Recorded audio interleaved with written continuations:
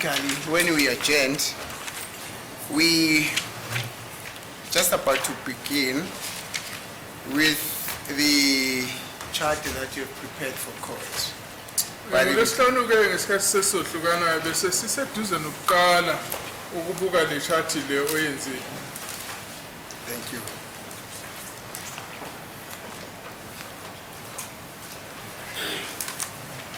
Now, even before we begin, I just want to have a bit of a recap here. Now, I've noted in your affidavit that there are certain courses which you attended which are relevant to ballistics, not so. Ngibonile lapha kwa-affidavit yakho ukuthi kukhona ke izifundo owazifunda ezihambelana ne-ballistic kanjani? That's correct, my lord. Yebo kunjani? Have you ever attended a course that was offered by Bruce Moran and John Murdoch? Come again? Have you ever attended a course, a ballistic course, that was presented by Bruce Moran and John Murdoch? Wakwayifunda yini i-ballistic course eyayifundiswa uBruce Moran no-John Murdoch? That's correct, my lord, I did. Yebo kunjani? Now, a bit of a background. When did you attend this course? That was offered by the Wasifundani students. ke lezi zifundo?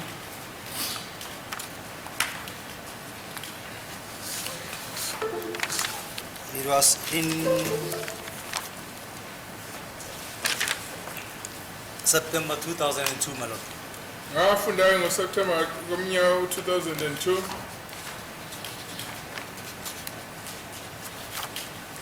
Thank you. Where did it take place? Wafunda phi? It was here at the lab. Awukhona la e-laboratory.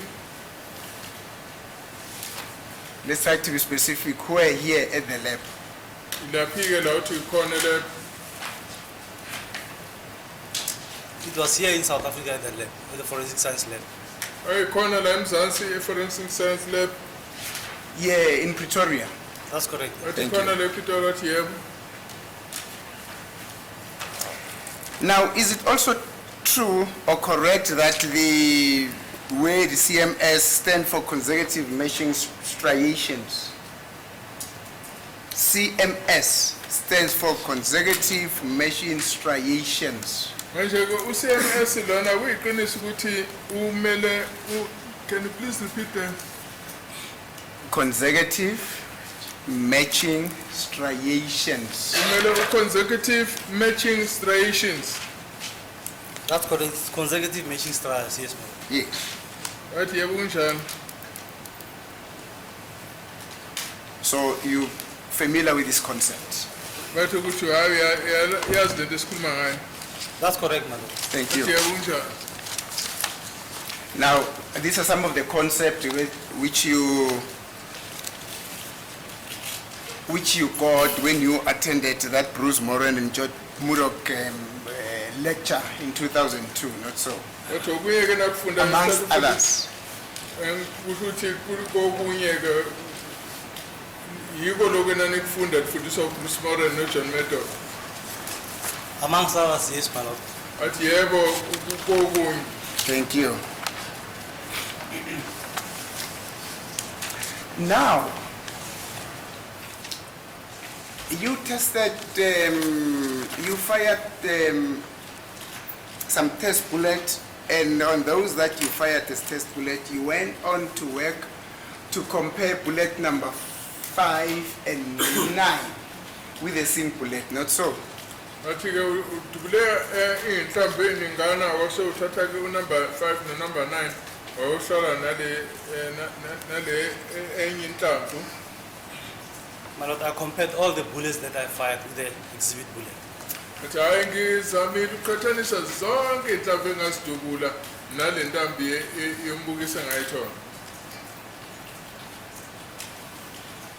So you're saying you compared all the, how many tests did you fire again, test bullets? 8 test bullets. Thank you. athi hayi ngidubule iy'nhlamvu eziyisishiyagalombili engangizama ukutesta ngazo. And you compared those 8 test bullets with the sin bullet. That's correct. Wathi uhlole zonke lezi iy'nhlamvu usiqhathanisa nale yatholakala endaweni yesigameko wathi yebo.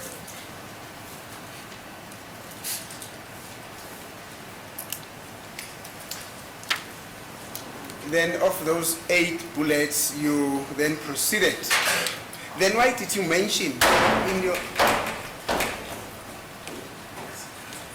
Why did you mention in your affidavit that you only worked on bullet number 5 and 9 and not mention all of them?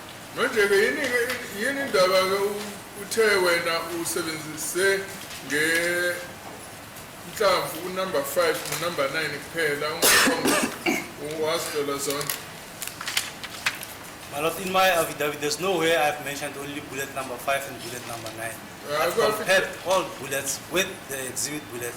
The only thing that I did when preparing a court chart, I used bullet number 5 and bullet number 9. Okay. Hayi ngizange ngisho lutho ngokuthi ngisebenzise bullet number 7, bullet number 5 nonumber 9 kuphela ku-affidavit. Ngizihlole zonke iy'nhlamvu kodwa-ke uma sengizokwenza umbiko ngisebenzise bullet number 5 number 9. Why did you specifically prefer bullet number 5 and number 9? Yini kokwenza ukuthi ukhethe number 5 number 9? Well, those are the bullets that I could see a better marking that can be produced on my court chart. That's why I use those two. Ilezi inhlamvu-ke engibone kuzona kuneyimpawu ezibonakalayo engakwazi ukuthi ngizifake kwi-chart yami engingayiletha la enkantolo. So are you then telling this court that the other bullets which you fired that you also examined could not give you better marking, although they were fired from the same firearm? Ngizomchaza ukuthi-ke nanoma-ke zithuthule isibhamu esisodwa lezi ezinye iy'nhlamvu ezingenazo iy'mpawu ezibonakala kahle.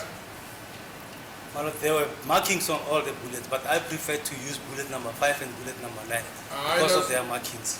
Zonke iy'nhlamvu zasinazo iy'mpawu kodwa-ke mina ngakhetha ukuthi ngizosebenzisa number 5 nonumber 9 izona engaziqoka. Did you at any stage say, try to compare or compared the bullet amongst themselves? Did you compare bullet number 5 to bullet number 3? Test bullet number 5 to test bullet number 3? Did you do that? Okwenzayo yena ukuthi uhlole inhlamvu leyo number 3 uyihlole uyiqhathanisa no number 5. I compared all the bullets with the exhibit. Comparing the test will not help with anything because I know those are the known match. Those are the tests that I have fired in the firearm. Athi hayi zonke bengiyiqhathanisa nenhlamvu eyatholakala esigamekweni ngoba bengeke kusizele ukuthi ngiziqhathanise zona zodwa ngoba zonke bezizokuthetha. But now the bullet that you ultimately used to prepare the court chart, which is bullet number 5 and bullet number 9, actually gave you better marks, not so? That's correct. Wagcina kusebenzisa bullet number 5 number 9 ukuthi wenze ama-chart akho athi yebo. Thank you.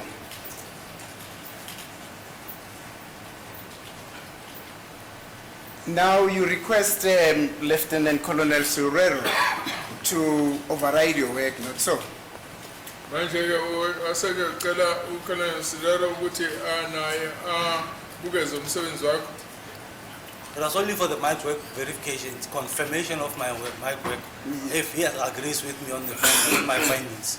Ngangifuna ukuqinisekisa umsebenzi engangiwenzile ukuthi ngithole ukuthi yena uyavumelana yini naloko nomphumela engawuthola la. I'm sorry, maybe I used a wrong term, override. I actually should have used term to confirm. Confirmation, I'm sorry about that. But nonetheless, you understood what I was saying. And then in the confirmation of your test, Lieutenant Colonel Surero then uses bullet number 4 and bullet number 8, not so? Manje emsebenzini wakhe-ke uSurero yena wasebenzisa unumber 4 nonumber 8 akunjalo. But I gave him all the tests and he used all the tests And the marks that he could find, or maybe that he could maybe identify properly, it was bullet number 8 and bullet number 4 and bullet number 8. Ngamnika zonke inhlamvu ukuthi azihlole kodwa ke na wakhetha ukuthi uzosebenzisa unumber 4 no number 8. That is exactly what I'm saying. In his affidavit, he says, in his section 212 affidavit, he says,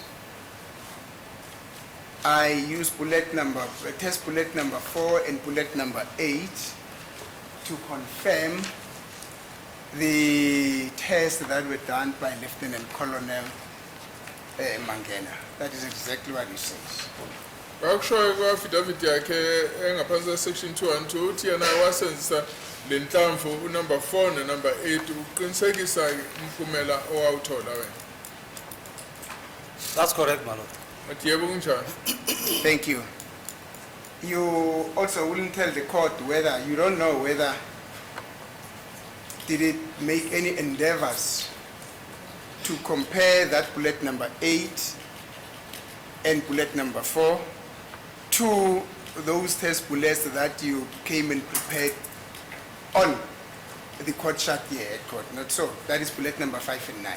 Kusho ukuthi wena wazini ukuthi wazisebenzisa bullet number 4 number 8 waziqhathanisa nalezi wena wawusebenzisa bullet number 5 no number 9. My lord, I don't know if he compared those bullets first, but he compared all the tests probably with the exhibit that I gave him. Because the purpose was to compare the bullet, to confirm the microscopic work that I did, that the bullet, exhibit bullet, is positive with the test bullet. Nangasi ke noma wazama yini ukuqhathanisa lezi nhlamvu engangizigqokile mina ukuthi ngizisebenzise nalezi yena ezigqokile, kodwa engazi ukuthi ngamnika zonke inhlamvu ukuthi azihlole ukuthi ziyahambelana yini nale nhlamvu le yatholakala endaweni yesigameko.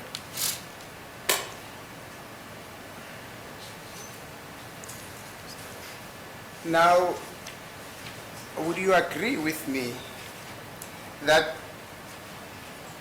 you said you fired the FMJs and you also fired the FMS bullets because the FMJ did not give you it did not, I'm sorry. Just a second, man. I think I did not switch my phone off.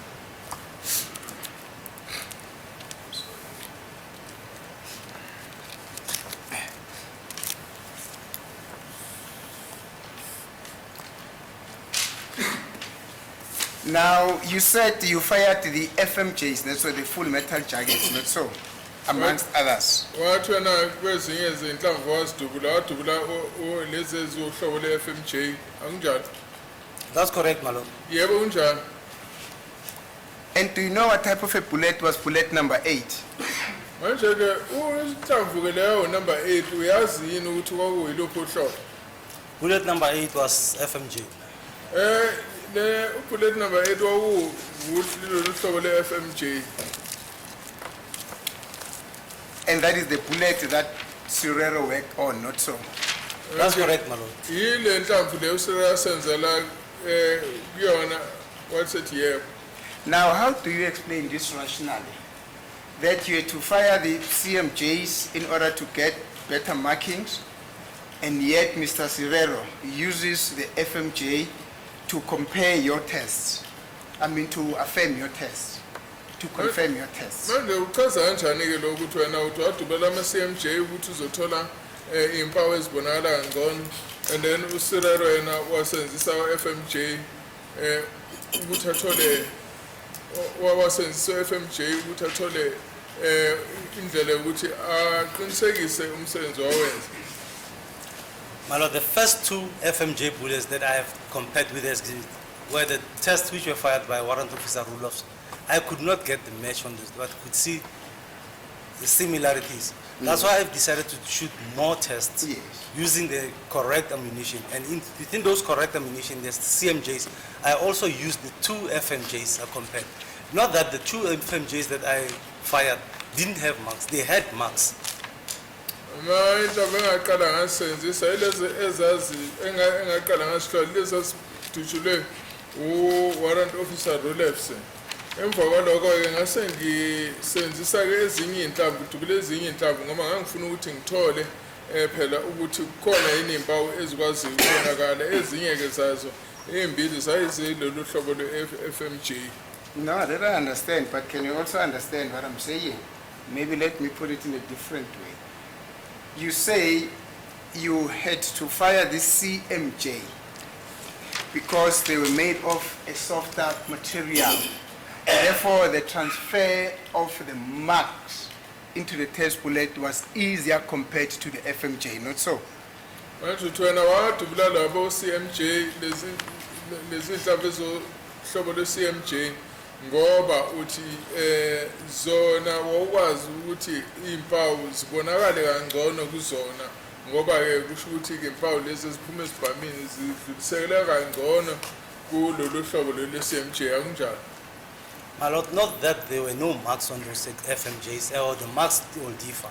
Marks will not differ. It's just that when you shoot the test on this firearm, because of the condition of the firearm, as I said, it does not transfer those marks properly to all the exhibits. In some of the tests, you can see the marks that you cannot see on the others. Even on those FMJs, there were marks that are visible on the FMJs, but on those, the CMJs, you could not see them clearly. So not necessarily that I couldn't see anything on the FM.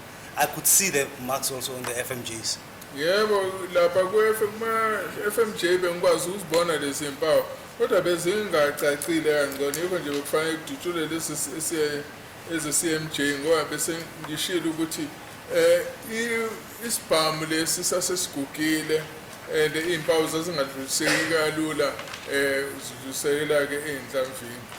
Now you are also confirming that the firearm was old and the barrel was abused. It could not transfer proper marks onto certain types of bullet. That is what you say. Uthi-ke uyavumelana nami ukuthi isibhamu sasesisidala futhi nomphopho waso-ke wawusugugile ungasakwazi ukudlulisela iy'mpawu kalula ey'nhlamvini. My lord, it could not transfer marks clearly that it could, but it could transfer marks, and it's possible to can match some of the marks that were transferred to the bullets by the firearm. Ngisho ukuthi iy'mpawu lezi zazidlulisekela-ke ey'nhlamvini zazingacacile kahle kodwa ukusho lo ukuthi kwakungenalutho oluwuphawu lesi sibhamu sasiludlulisela ey'nhlamvini. Thank you. Now back to my initial question, that which I surmise you did not understand. Sirero, you're saying bullet number 8, which was used by Sirero to confirm your work, was a FMJ, not so?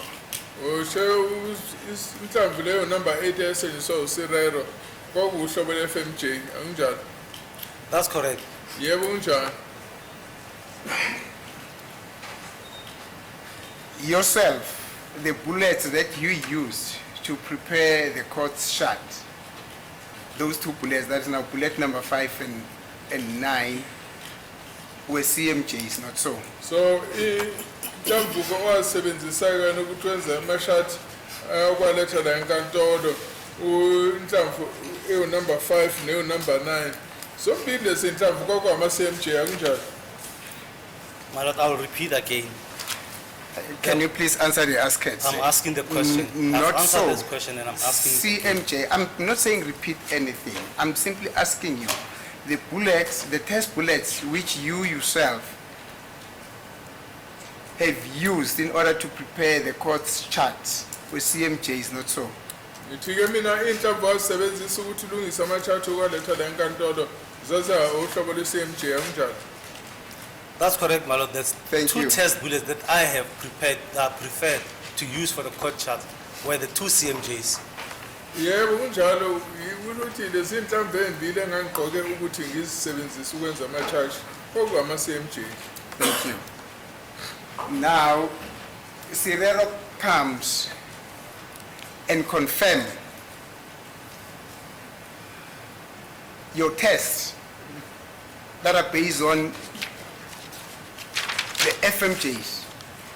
I mean your tests which are based on CMJs when he has used the FMJs. Do you understand that? Now we have to sense some FMJ ukuthi aqinisekise umsebenzi wakho wena owusebenzise kuona ama CMJ. Do you understand it? My Lord, the FMJs, I could make them positive, but I did not use them for court chart. Yebo bengakwazi ukuthi ngisebenzise lezo inhlamvu zama CMJ kodwa ngizange ngisebenzise ukwenza ama chart asenkantolo. But then why? Because rule of say also used FMJs. Why didn't you continue to use these FMJs? Manje yini ngingazange ngiqhubeke ngisebenzisa wona ama FMJ ngoba nawu no rule of say wasebenzisa ama FMJ. My Lord, I've mentioned this. The FMJs which were shot by rule of did not have proper marks. That's why I had to shoot my own test. And within my test, I've also fired the FMJs, of which on my FMJs, I could see the markings. Bese ngishilo ukuthi lama FMJ ayedujule urule of say ayengenazo impawu ezicace kahle yikho ngithi mina angidubule ezami inhlamvu and futhi kulezi ngazidubula ngichazela ukuthi nama FMJ ayekho. Okay, thank you, sir. Now, you said you understand the concept of CMS, consecutive matching striae, not so? That's correct, Madam. Uthe yazwisisa lento ye-CMS consecutive matching striata. What here? Now, in a test exhibit,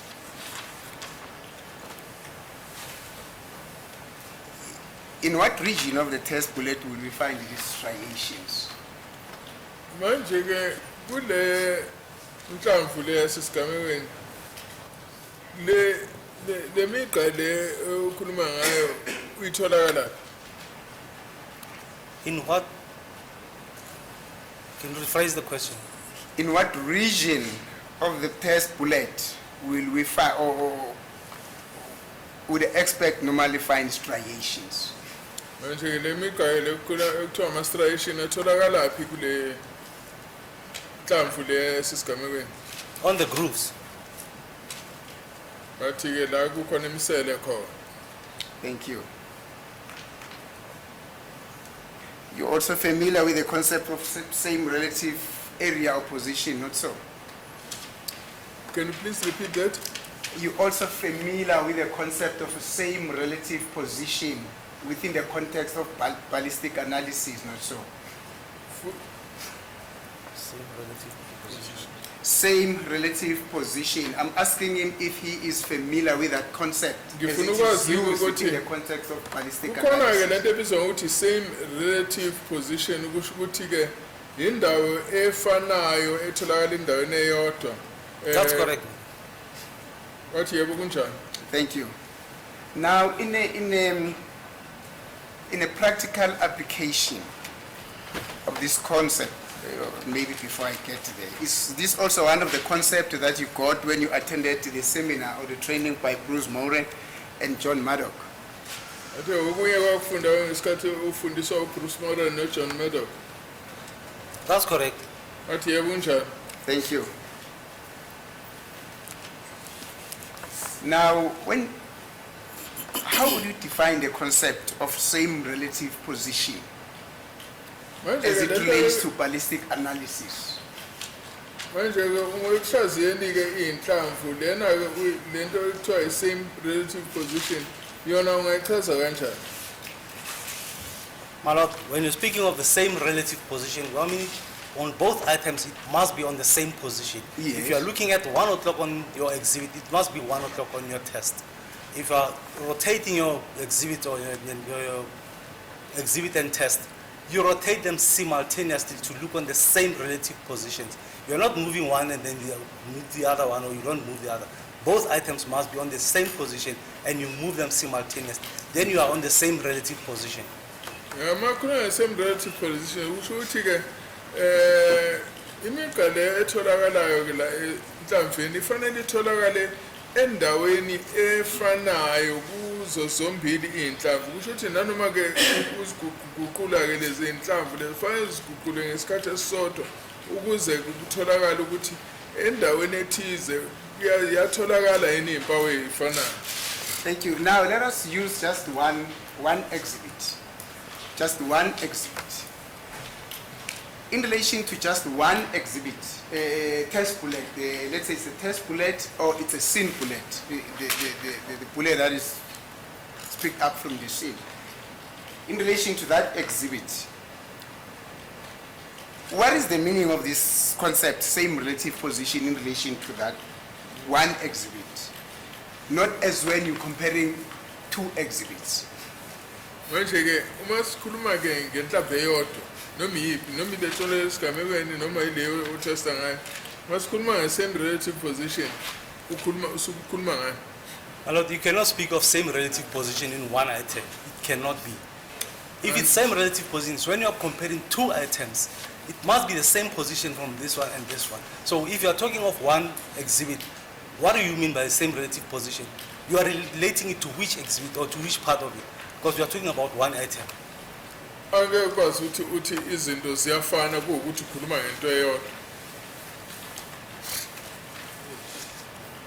Say, is it not so that when you are using two exhibits, the purpose why you're doing that is to compare if there are similarities between the same exhibits, not so? Uma uthole imibukiso emibili angithi ke kufanele ukuthi uqhathanise ukuthi ubone ukuthi khona ukufanana yini akunjalo. Now you are comparing two different items, the similarities on those two different items. Then you must be on the same relative position on both of them so that you can see if they match. Manje uma uqhathanisa izinto ezimbili ufanele uzame ukubuka endaweni engathi cishe kube indawo efanayo ukuze ubone ukuthi ziyafana yini lezi. Thank you. I don't dispute that, not even with a cent. Now let us start here.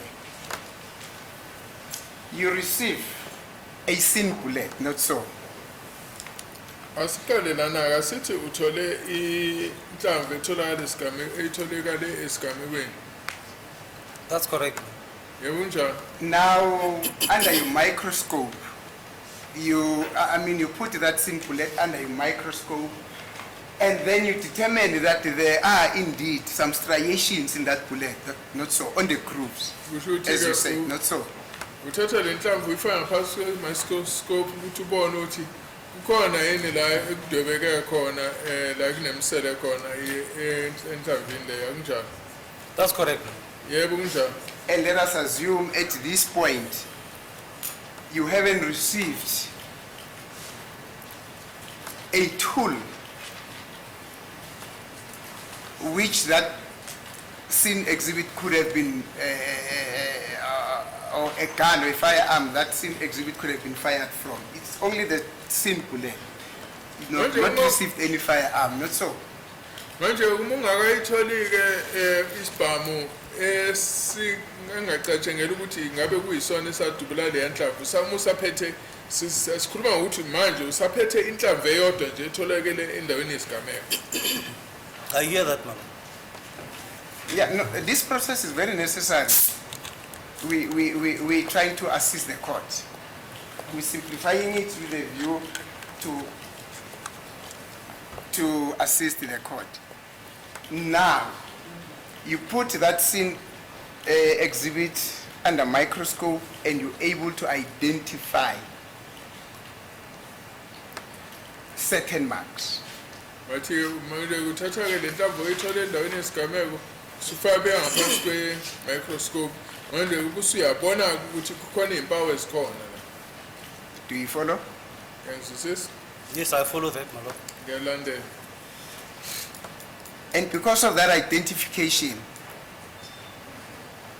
is it not so that would you then mark those, would you then continue to mark those marks which you have identified under microscope, not so, from the scene bullet?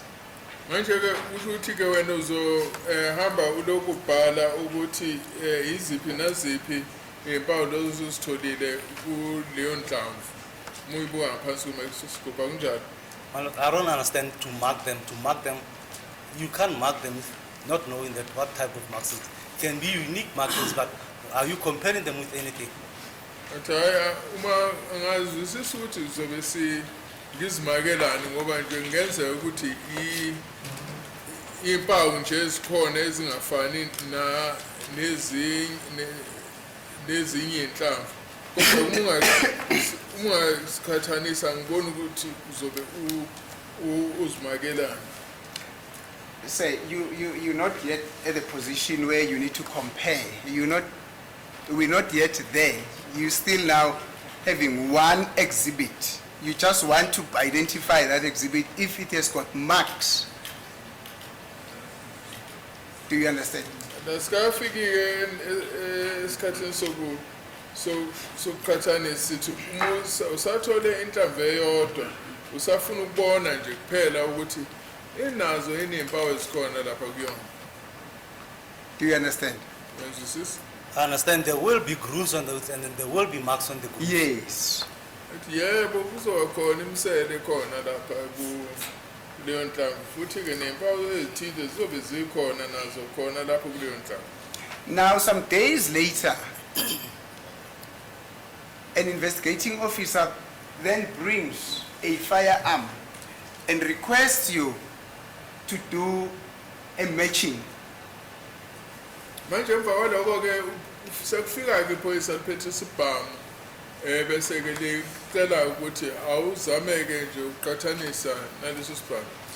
Now, is it not so that from that firearm then you will proceed to fire test bullets, not so? Kusho ukuthi ke ngaleso sikhathi ke ukusithatha lesi sibhamu kuhamba yodubula ke inhlamvu ozohlola ngaso akunjalo? That's correct, my lord. Yebo kunjalo. Then from those test bullets, you will then go and retrieve the sin bullet that you had worked on before and compare that sin bullet with the test bullets, not so. Now, this is comparison. Emva kwaloko ahambe yothatha le nhlamvu le ephuma esigamekweni bese uzoyiqhathanisa nalezi inhlamvu ozidubulile akunjalo? That's correct, my lord. Yebo kunjalo. Thank you. Now back to my question.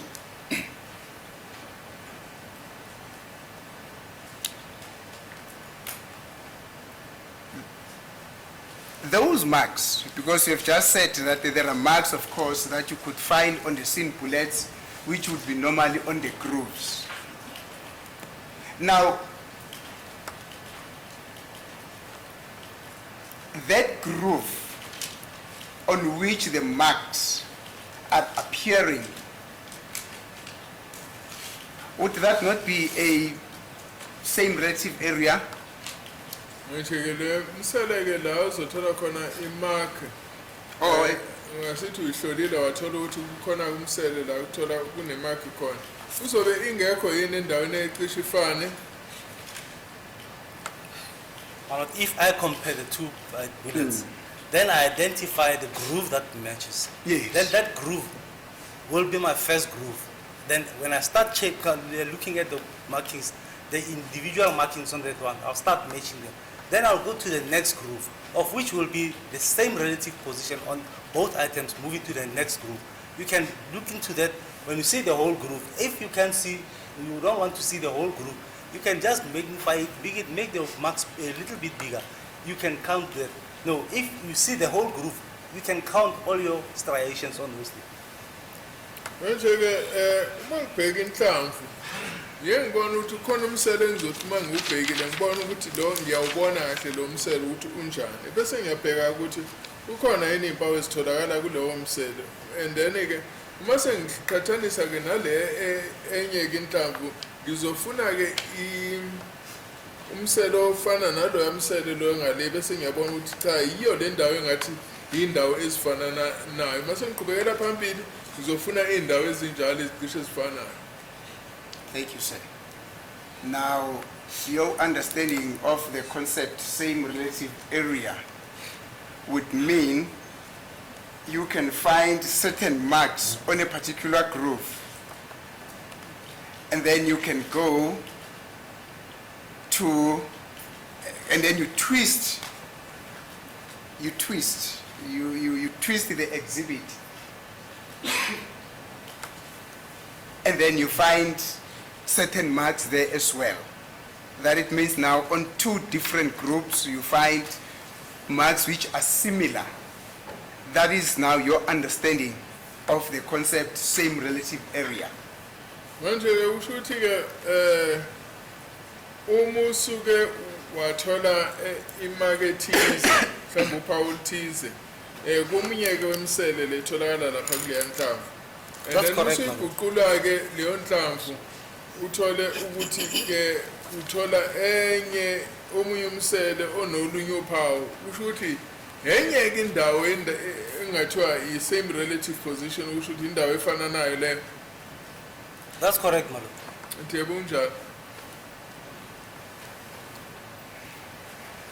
So you go to a third groove, you go to a fourth groove, you find certain markings there on both exhibits, that the test bullets and your sim bullets, and you find certain markings which are similar.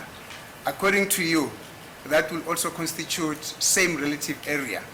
That is the first groove, the second groove, the third groove, the fourth groove. According to you, that would still constitute same relative area.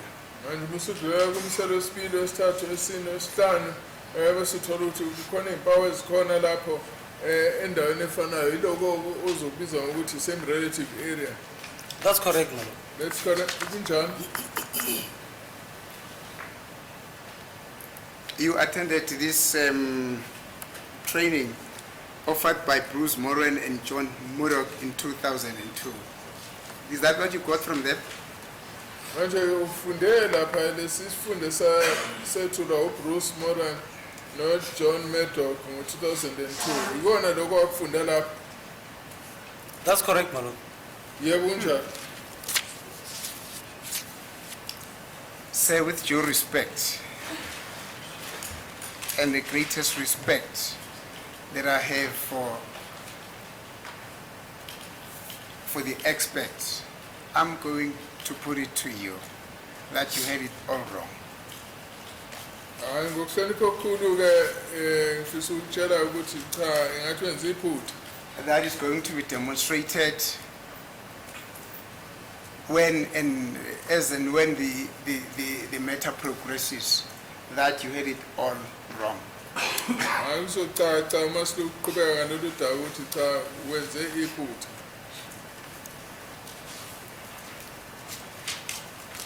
Thank you. Let's proceed. CMS, consecutive machine striations. Sorry to interrupt, Council. It has been put to the witness that it will be demonstrated that he's got it all wrong without really laying the basis, my lord. Can we just inquire what is the basis for that proposition? Yes, Mr. Smith. Mr. I do not understand the basis of the objection, my lord. I'm requested to lay the basis, but I also don't understand the basis of the objection. May the state please explain himself. What does he mean? That what is the basis of that objection? No, but logically, that's how I understand the question.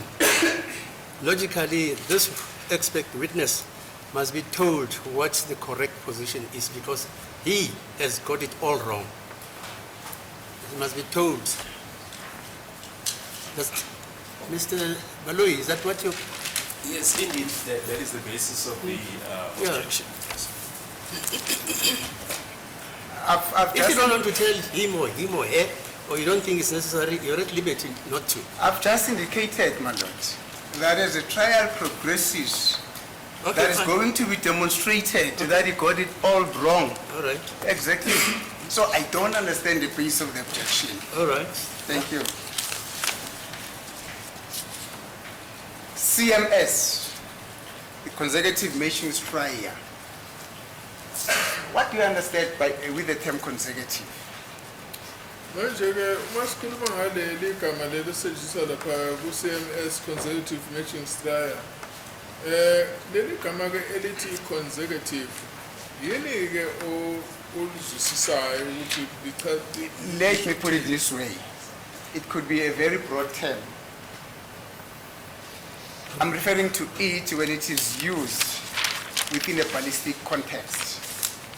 cha leli gama leli ngifuna ukuthi ngizwisisise kahle ukuthi la uma sikhuluma ngalokuhlola iy'nhlamvu ku-ballistic lisetshenziswa kanjani leli term elithi consecutive. My lord, I'll simplify it as continuous matching strides only. Hayi ngalichaza ngokuthi consecutive matching strike. Continuous matching strike. Asho uthi chaza ukuthi-ke ngathi imigqa engathi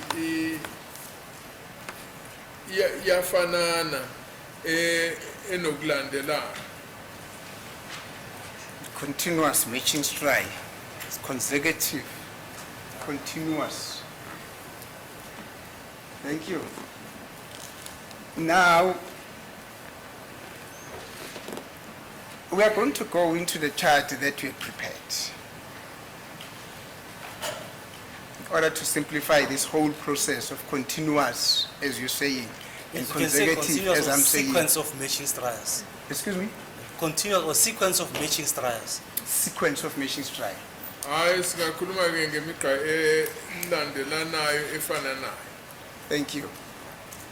Now, I think if you go to the chart that we have prepared, because if you're speaking continuous, the sequence of matching strike, to a person who does not understand this concept, they will just be wandering in the wilderness.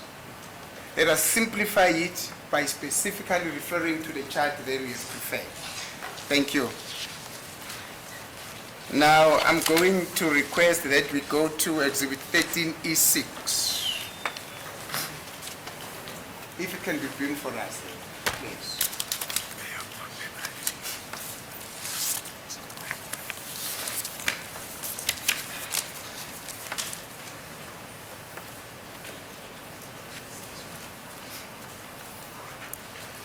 The reason why I prepared Exhibit 13E6 is because we have already marked them. Those are the ones that were made available to us yesterday morning.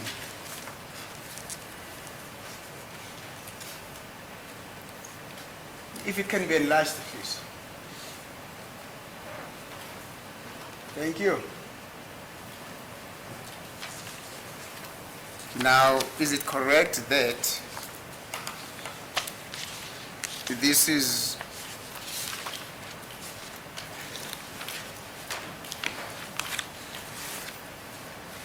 similar to Exhibit 13E1? That's correct. Thank you.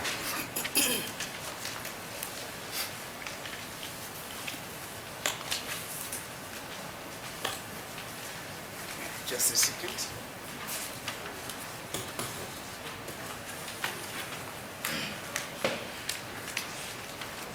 Oh yeah.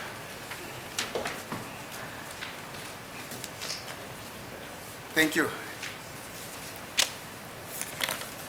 Now I'm not so sure whether as we do this exercise you're going to move from the witness box and just get nearer to the screen there, or what methodology we're going to use. Maybe the state can assist in that regard. Remember, we're here at the invitation of the state. State is administrative. So I'm just wondering if the state will be in a position to assist. Because I'm avoiding a situation where we say, you see there, you see there, you see there, you see there, there, below there. No, it won't work. Science is the art of precision and accuracy. We are going to be very accurate.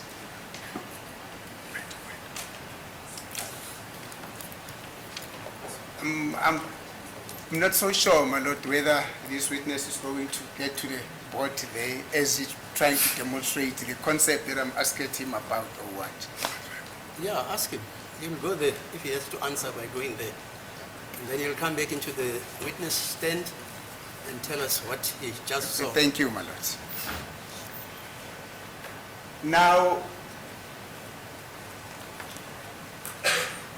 we are on exhibit 13E, 6. We're busy trying to analyze this concept of consecutiveness as it relates to ballistic expertise or processes. Now, there are errors there that are marked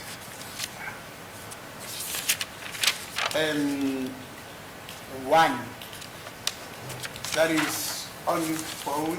We assume that the exhibit that is on the left-hand side is the scene exhibit, not so.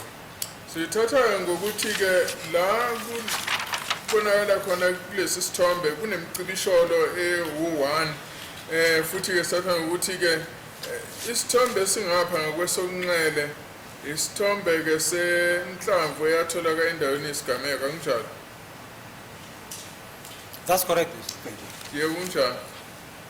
And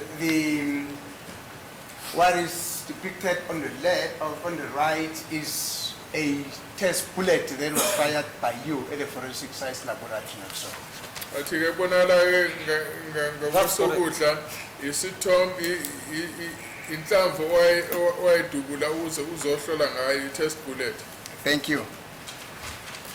Now, there are errors there that are marked 1. Konke lapha ebhalwe ukuthi number 1. Do you see them? Yabona le mcibisholo. Yes, I can see it now. Thank Yebo you, sir. ngiyabona. Now, you can proceed. Actually, this is a process that the state needed to do, but unfortunately, they didn't. So, I'm now the incumbent that is taking you through the process. Now, what are they pointing at? Those areas that are marked at number 1 on both sides. And le mcibisholo ebhalwe ukuthi 1 ikhombana. Well, they are pointing at the striations that starts from the exhibit bullet, continues on your test bullets. Kombisa ke umugqayelo obonakala lapha kule nhlamvu yathola endaweni yesigameko ukuthi yaqhubeka itholakale futhi kule nhlamvu le eyisetshenziswa ukuthi kutestwe ngayo. Thank you.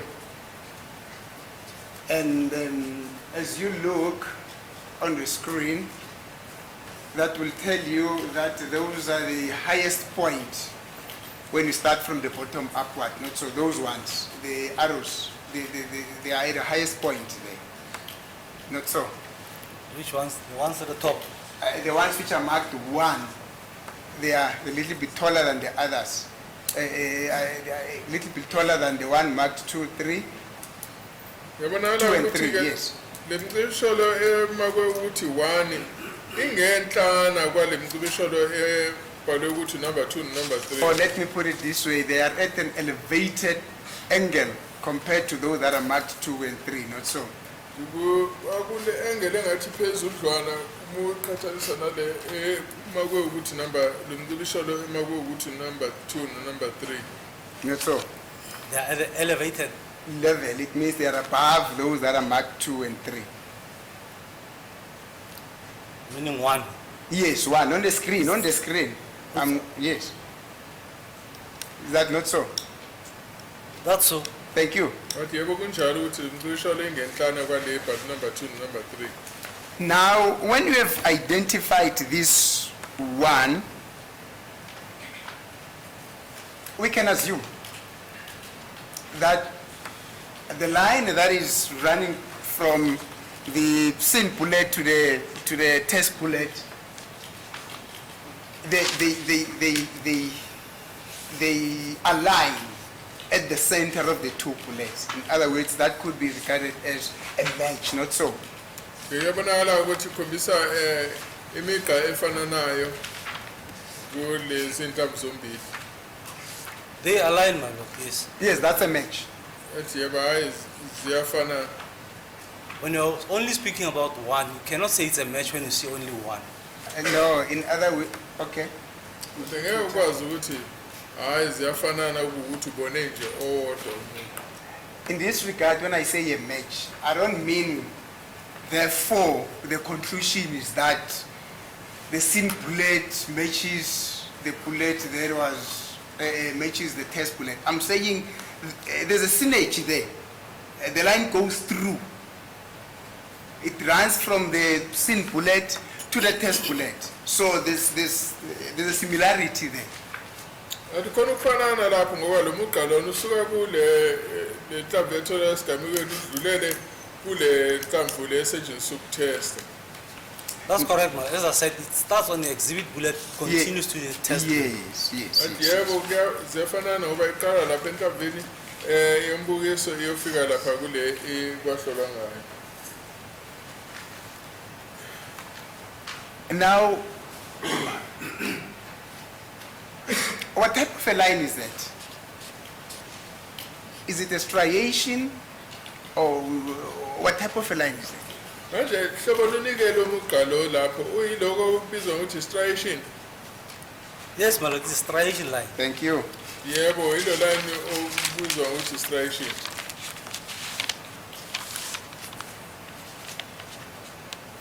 Is it a class characteristics? Come Is again. Is it a class characteristic? Is that a subclass characteristics, or is it an individual characteristics? Umbuzo ke lana uthi kukhona ke izigaba ezikhona ke lapha khona lo okubizwa ukuthi class characteristic no subclass characteristic manje ubuza ukuthi ke lo mugqalona uyiluphi uhlobo. My lord, that cannot be a class characteristic.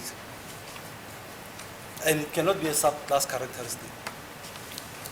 Cha uthi ka ukwazi ukuba i class characteristic noma i subclass characteristic. Awukahle Lieutenant Colonel. I'm asking you, is that a sub? Is it a class or is it an individual? Then you answer by saying, no, that can't be a sub. That can't be a class. But the question is very simple. What is it? It is not a class characteristic, my lord. And it's not a subclass characteristic. Then what it is? Wathi akuyona i-class characteristic, akuyona i-subclass characteristic. Manje umbuzo ukuthi uyini kuma kungekona lokho okubili. My lord, it can be individual markings, but you cannot just use it as an individual markings. Wathi angenzeka ukuthi uphawu nje oluzimele kodwa ngeke ukusebenzise kanjalo.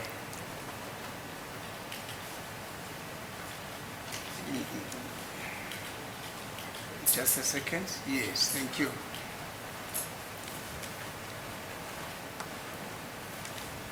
But in terms of the structure of comparison, is it also a counted line?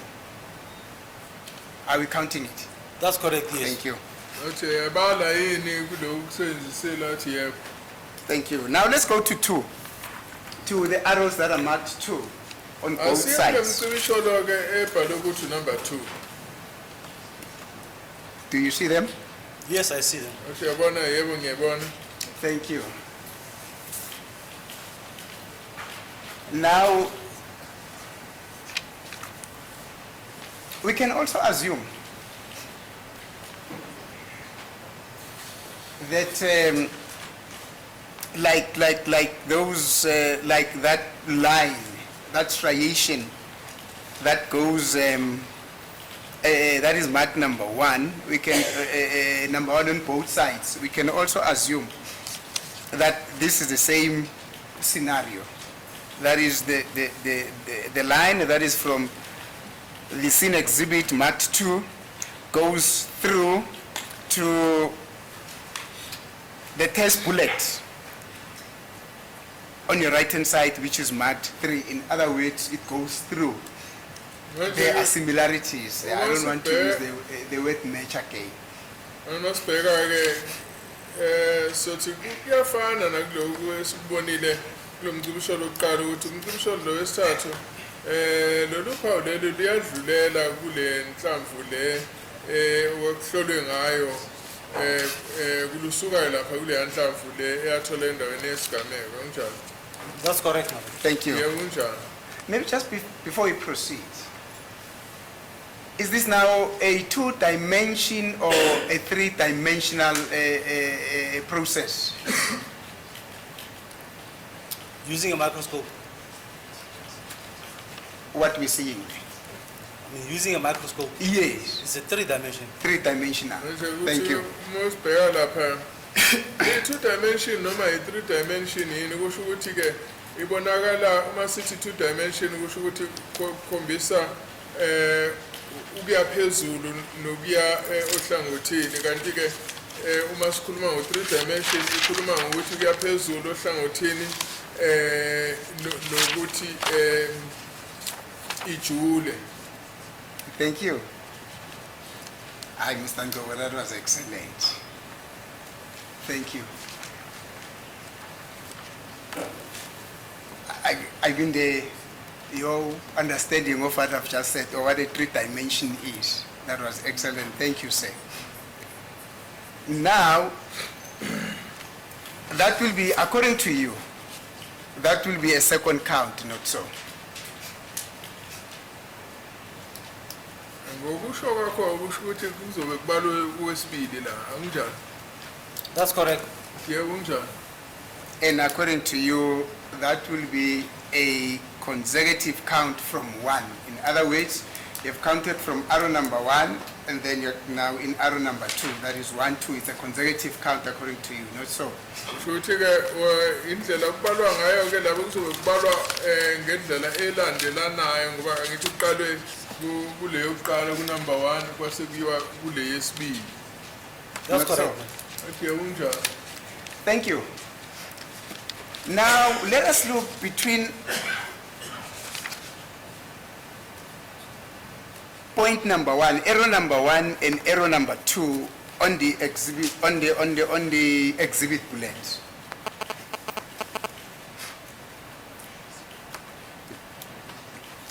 Between the space that is between the first striation and the second striation in the same bullet. What is it that you are able to identify there? Yini okwazi uyibona masiqhathanisa uphawu lokuqala nombizo. Oh, what is identifiable there? Yini ke ekwazi ukuthi uma uyibheka ibonakala. The space between the two is equal. Yes. Theka ukuthi ke ibanga kusuka kulo mugqa oqala ukufika kulo mugqa wesibili liyalingana. The spacing, you're right, and what else? Okunye What else meaning? What else do you see? Meaning, what else do you see there, Lieutenant Colonel? yini okunye okubonayo lapha. Are we referring to the other marks on the... I'm specifically speaking about the side of the test bullets between arrow number 1 and arrow number 2. That's why I said the space is equal. So I don't know any other thing that you are referring to. So you don't see anything. I don't know what you're talking about or referring to when you say anything. Angazi ukuthi umuthi yini okunye okubonayo ngizothi uchaza ukuthi yini.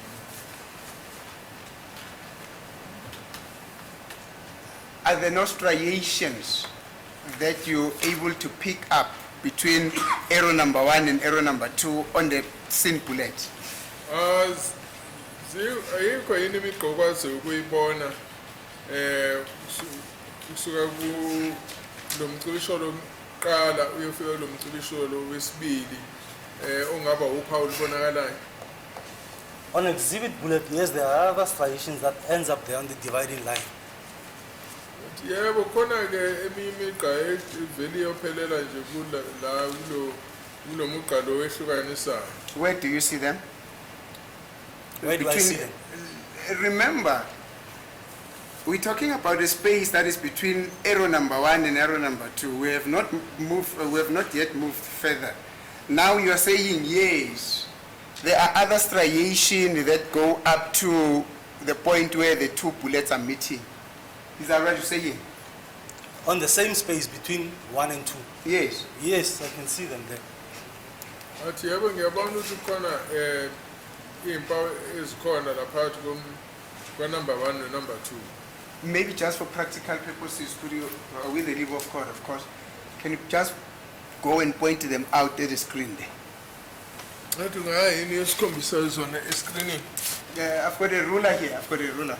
Can you please pass it over?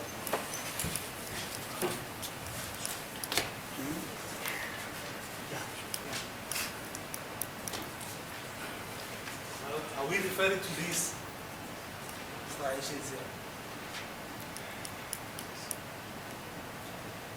The ones that are here. I'm asking you, what do you see? You must tell us. You have said you're saying striation. I'm not referring to anything. You must tell us what do you see there. I'm not referring to anything. I've only asked you, what is it that you see between the space marked arrow number 1 and number 2? Then you said you see striations. Then you went there and pointed them out. Are those striations? Yes, they are striations. Thank you. Athi yebo khona imigqa.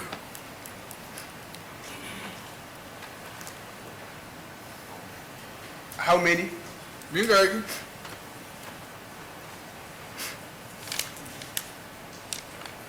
There are 4 striations there. Khona imigqa emine. Thank you.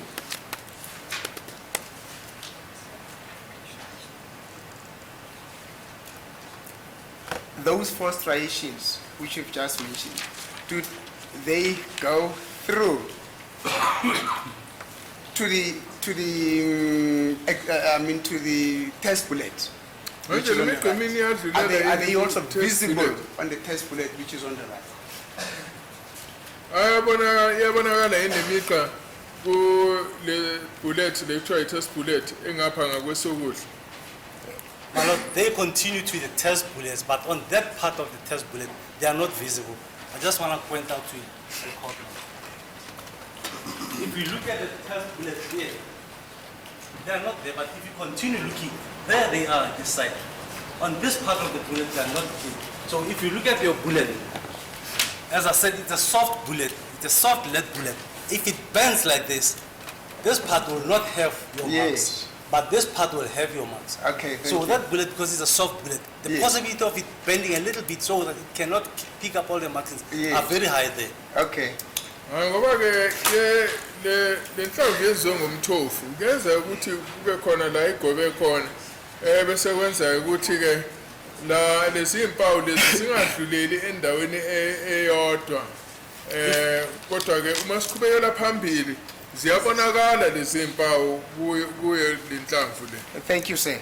Now, you had an opportunity the whole weekend to go and identify areas of similarities between the, there it goes again. Oh, it's back again.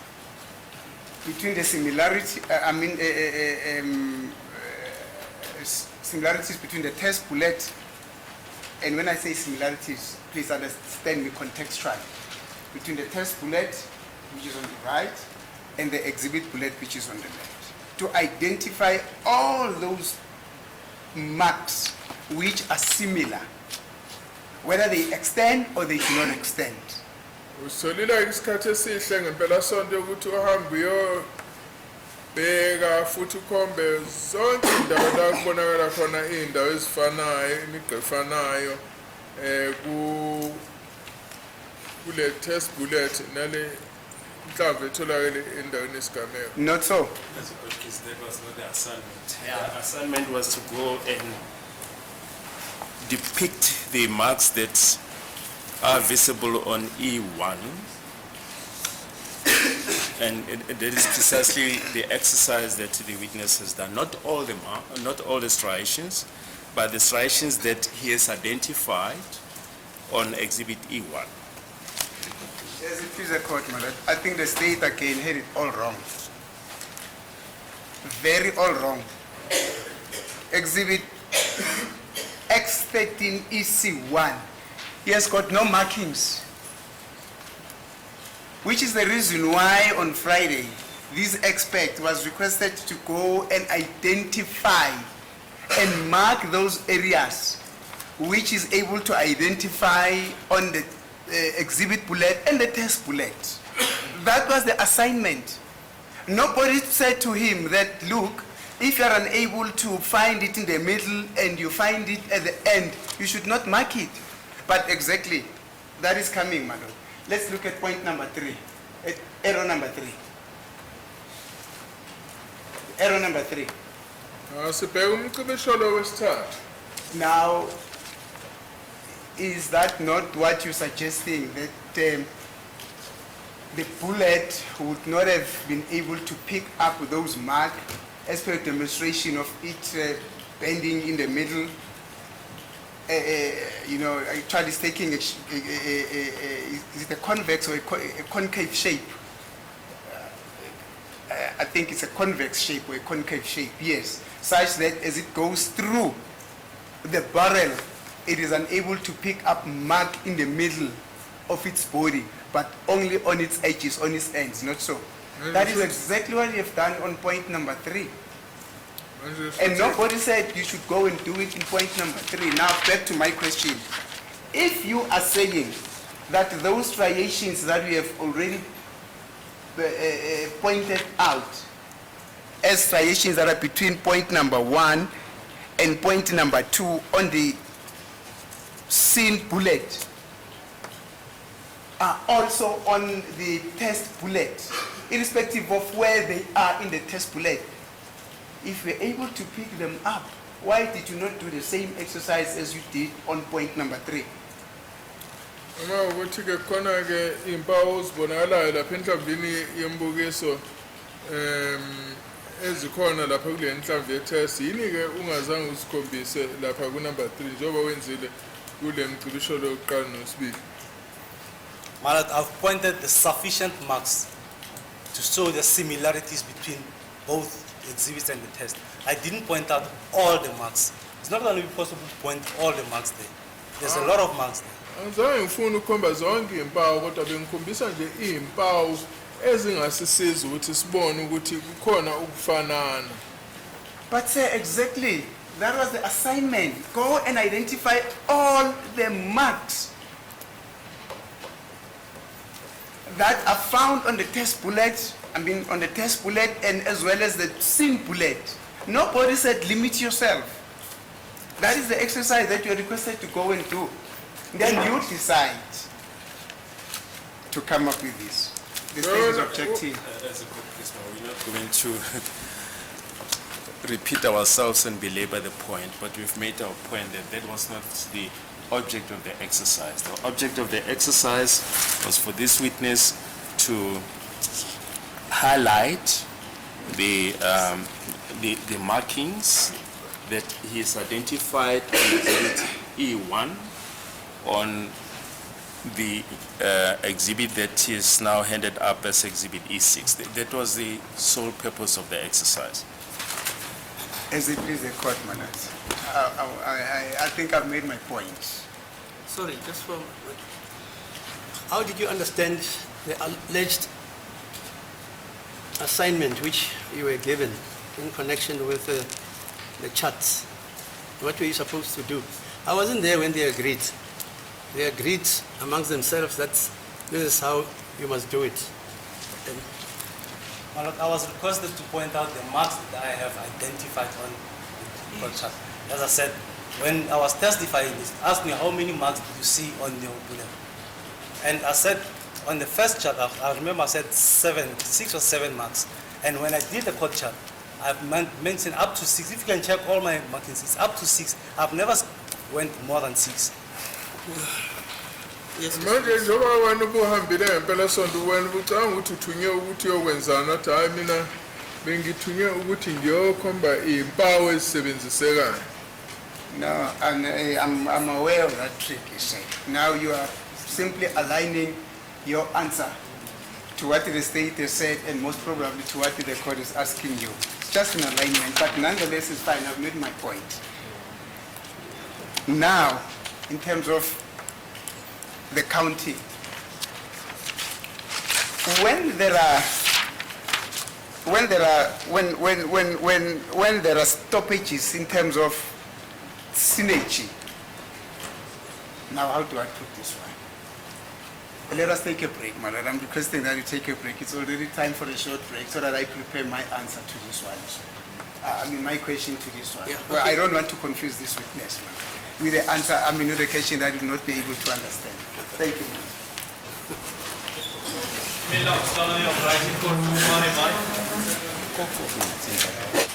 Thank you, Malad.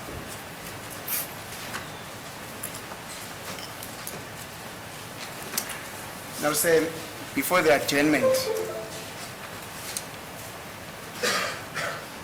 you mentioned that on that space between arrow pointing 1 and arrow pointing 2, you could also identify 4 striations on the exhibit bullet, not so, on the scene bullet. uthe lapha phakathi kwala kubhele khona okukhomba khona umcibisho lokuqala nalokubonakala khona umcibisho lwesibili ubone kukhona izimpawu ezine. Not so. That's correct, Madam. Yebo kunjani? And then you're saying they are also visible on the test bullet, which is on the right, not so. That's correct. Bathi yebo uyabona yini ukuthi sikhona uthe uyabona ukuthi sikhona nakule inhlamvu le esebenzisile ukutest wathi yebo. This test bullet, by the way, is the one that you said is the full metal jacket, not so. Yeah, the CMJ, the test bullet, which is on the right. Manje le test bullet la ngakwesukudla uthe iyona le uthe uyilolu hlobo lwe CMJ akunjani? That's correct, Madam. Athi yebo kunjani? Thank you. Now you have been able, of course, with precision, to identify the 4 striations that are on the scene bullet. Would you also do the same? Identify the 4 striations that are also on the test bullet? Manje njengoba ubone impawu ezine kule inhlamvu etholakele intambo etholakala endaweni yesigameko ungakwazi yini ukuthi uphinde usikhombise lezo impawu ezine kule inhlamvu benithesta ngayo? The 4 striations, yes. My Lord, as I explained, they are there, but they're not that clearly visible on the center, towards the center here. But if you go towards the end, there they are. You can see the continuation of those markings there. Athi hayi lapha nendawo sibonakala kahle kodwa umusiya ngale ngasegcineni ziyabonakala. Yeah, that is exactly what I was trying to avoid when you say, yeah, here they are, here they are. You know, here they are, it's a very relative term. I said to you, and actually not me, we agreed, and the court also agreed with us that this is science, it's the art of precision and accuracy. Now we can't say here they are, like we trying to thumbsuck information. Now, because you have been able to, with accuracy, identify the 4 striations that are on the exhibit bullet on the right, on the left. We can't then all of a sudden say, here they are on the right. We also need to pinpoint them with precision as well. Do you mind to do that? Because the witness was pointing them out with the laser. I don't know if perhaps counsel missed that. When he was saying here they are, he was showing on the screen. Maybe you should get near to the screen. Yes. Point This them is out the with your ruler. laser if you want to. I'm not so sure whether you also want to make use of the ruler. Or this time you... No, a ruler. Use ruler.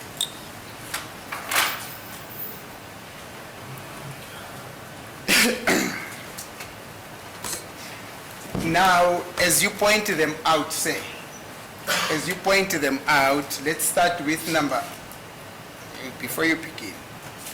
As you point them out, you have said this is number, there are 4.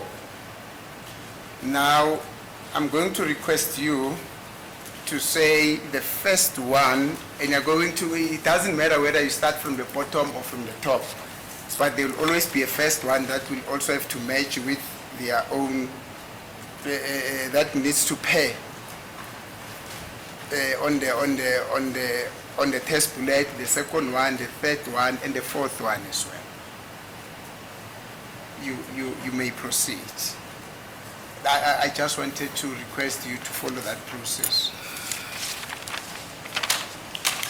ngicela ukuthi uma uchaza lapha ungikhombise ukuthi ke lolu phawu lokuqala lifana naluphi uphawu kule ku-test lethu uye kanjani hani noma ungabe uzofuna ukuqala ngenhla noma uqale ngenzansi kodwa hamba-ke uloku nje ukhomba ukuthi lolu luhambisana nalolu phawu lolu luhambisana nalolu phawu uzofika ekugcineni.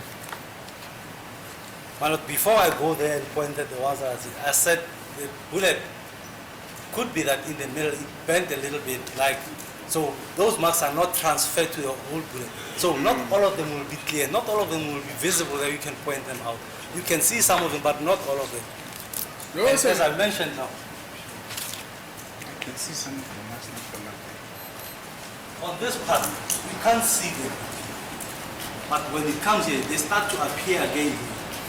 And this is where they start to appear. Not all of them are visible, but you can see them here.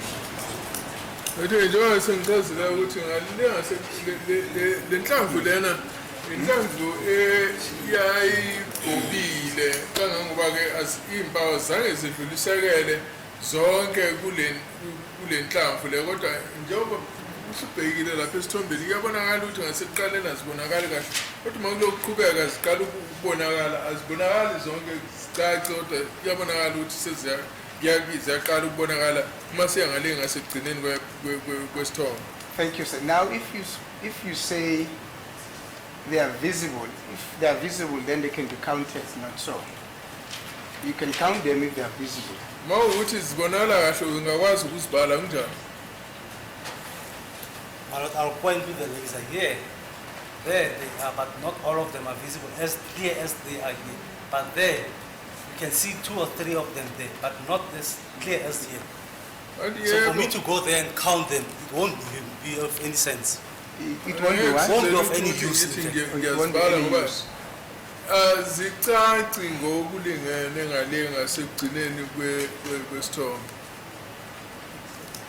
Now, you say it won't be of any use for you to go to the screen and count them as you did when you showed those marks on the exhibit bullet. This time it won't be of any use. It's fine, sir, you have made your point.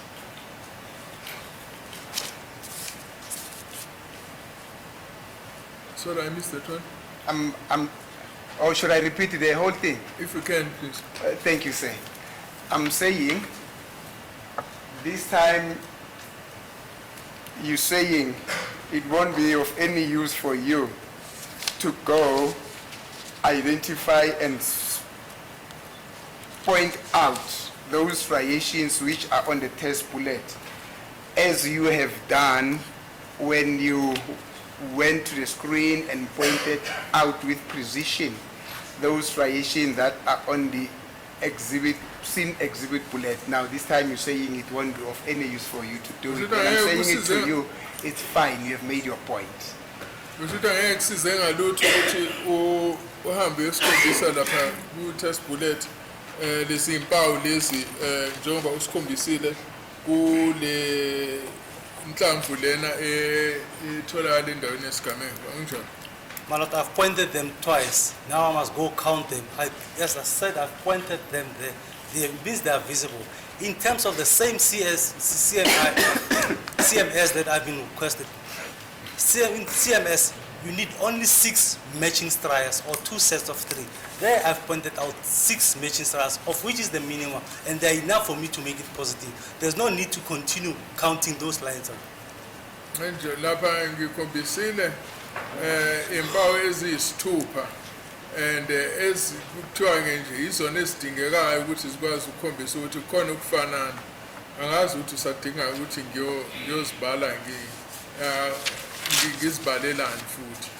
Now, I'm not so sure what question are you now answering, sir, because you just muttering, you're going on and on and on, trying to re-emphasize what is not emphasizable, that you have been able to identify 6. Nobody asked how many have you identified, but nonetheless, let's go back to the counting process, which is what actually brought us here. That's the counting process. Now,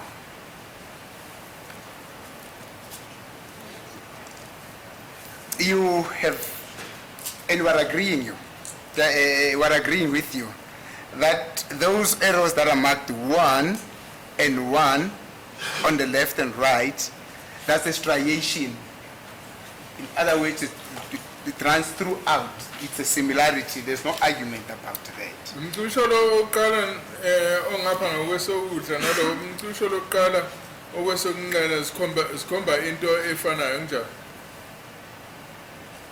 There's no argument about that. And that is your first count. That is your 1, not so. That is correct, ma'am. But then in terms of a breakage, where you're supposed to go to the next striation, but you realize that there are dissimilarities in terms of the marking of the bullets, and there's a similarity immediately thereafter, what do you do?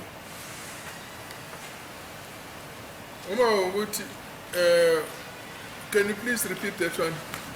Thank you, sir.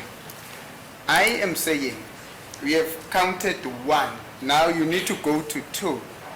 But before you arrive at 2, which is a similarity, there's no argument about that. But there's a dissimilarity between the 2 bullets, between 1 and 2. In other words, they are marking that are on the scene exhibits, which are not on the test bullet. What do you do in terms of counting?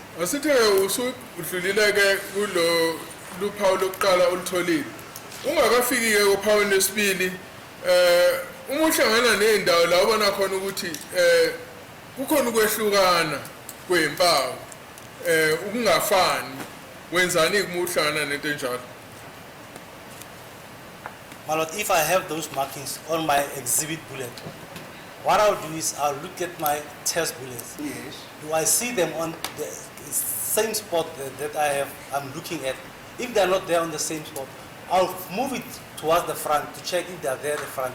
Then you can see them at the front there. But I wanted a spot where I can see the ones that I could count easily that are crossing each other.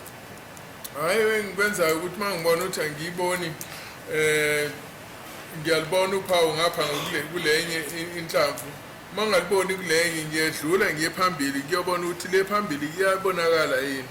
And uma ukuthi ke iyabonakala noma ayibonakali ngidlulela kwenye ke engayikhoma. Lieutenant Colonel Mangena, I think you need to understand me. I'm saying in an event,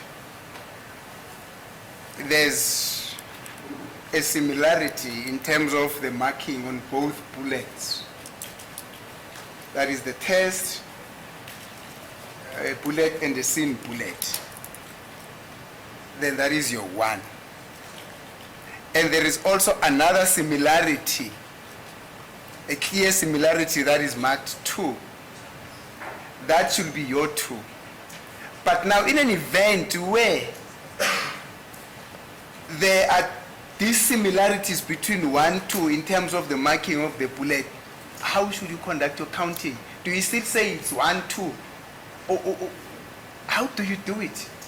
Muza ngikubala kwakho ukuthi ubala kanjani ngoba sithi asiqale lana ke kule ku number 1 sibona ukuthi hayi uthole impawu ezifanayo udlule uye ku number 2 nakhona ke uthole impawu ecacile ukuthi ziyafana Kodwa ke ungakafiki ku2 usanda kusuka kulolu lokuqala uyabona ukuthi kukhona lapho okunokwehlukana na ziyehluka zifani kusho ukuthi lezi indawo ezibhekile ziyehluka wenzani uma uthola indawo enjengalezo. My Lord, it will depend. I can continue counting them, or I can continue the ones that are matching on the dividing line that I can see clearly. Ayizoqhubeka nalezi engithi mangibheka ngibona ukuthi ziyafana. So what you're saying is, irrespective of a breakage in terms of similarity, do you continue to count those that you find to be similar to each other, irrespective of the breakage? You count them in a consecutive way. That's what you're saying. Okuchazayo ukuthi uyaqhubeka ubheke ufune lezo ezifanayo nanoma ke uke wabona ukuthi khona indawo la okunokwehluka khona engingafani awuvela uzizibe lezo indawo udlulele phambili. That's correct, my Lord. You can continue counting them if they are very clear on both sides. Yeah, ungaqhubeka phambili uma ukuthi sicacile kuzona zombili inhlamvu. No, man. Do you understand the example that I'm making, Colonel? I am saying, and please do not try to, if you don't understand, say you don't understand. But again, if this question is uncomfortable for you to answer, just say no. I don't have an answer. But don't try to make us go around the circle for the whole day, because my question is very simple. My question is, in an event of a counting, when you start to count, your first mark, for instance here, on the board, that arrow that is marked 1 on both sides, the arrows that are marked 1, we are saying there's no contestation about it. Those are clear marks. They correspond. Those marks are appearing on both sides of the exhibits. And also on arrow number 2, those sides, those marks are appearing on both exhibits. But now the question is, in an event that in between those marks that are so clearly visible as to not being able to contest them, they are so clearly visible in between them, there are dissimilarities. In other words, you can't find in one bullet you find this mark, but on the other bullet you don't find those similar marks. What is the methodology of your counting? Are you going to say 1, 2, or you stop and start afresh? No, you continue counting. Okay. Before the witness answers, we just want to rise on the point of courtesy to a witness, my Lord, to say Colonel Mangena is an expert and he should be accorded the respect that he deserves. To say that he's taking the court in circles, we think that that is improper. Earlier on, counsel said the witness is muttering. We let it slide, but we think, my Lord, as an expert, he must be accorded the respect and dignity that he deserves. As it is the court, madam. So your answer is you continue counting in respect of the dissimilarities between the two lines. Ushuthi wena uyaqhubeka ngokubala nanoma ukuthi usuthole ukuthi phakathi kwale zimpawu ezimbili ezicace kahle kukhona la ukubonakala khona ukuthi akufani. In terms of the dissimilarities, I said despite the dissimilarities, you continue to count. Yes. Dissimilarities? Yes. I don't see dissimilarities there. I see similarities. I think no noma ke kune lendawo la kukhona ukwehlukana la engafani khona lezi impawu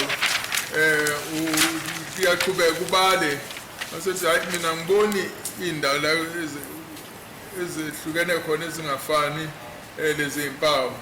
The methodology, let's forget about this one. The methodology of consecutive counting between 1 and 2. Close your eye on this one. Between 1 and 2. there are dissimilarities between the bullet, between the markings of the bullet. Between the clear line that is marked 1 and the clear line that is marked 2. In between there are dissimilarities. The methodology of the counting, what do you do? Funuwazi ukuthi indlela obala ngayo uma usufinyelela lapho othola khona ukuthi kukhona indawo la ukukhona ukwehluka phakathi kophawu olulenhlamvu yokuqala neyesibili ngoba uma usanda ukudlula la uthola khona uphawu olubonekalayo olucacile lo number 1 ungakafiki kulolu lesibili olucacile lo number 2 kodwa ke uthola ukuthi kukhona umehluko phakathi kule ndawo le ephakathi kophawu lokuqala nophawu lwesibili ubala kanjani ngifuna ukwazi ukuthi ubala kanjani. I'll continue counting. Kan kuqhubeka ngibala. Thank you. In a consecutive way, you say it's 1, the similarities, then it's 2, as you say, in a consecutive way. Kusho ukuthi ukulandelana uzovela ubale uthi okokuqala ngibone into efanayo qhubekele kwesibili uthi esibili ngithola into efanayo futhi. Are we referring to where there's no marks at all on the other, or maybe on the test? I've been requested to accord you the necessary respect as an expert, but I think I've tried my level best. No, I want to understand the question before I answer it. No, I think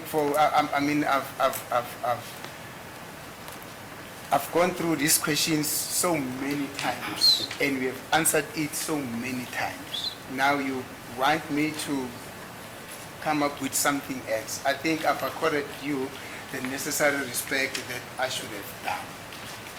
You see, but lastly, let me repeat again, and this is final, you see, to avoid any form of prolixity on this aspect.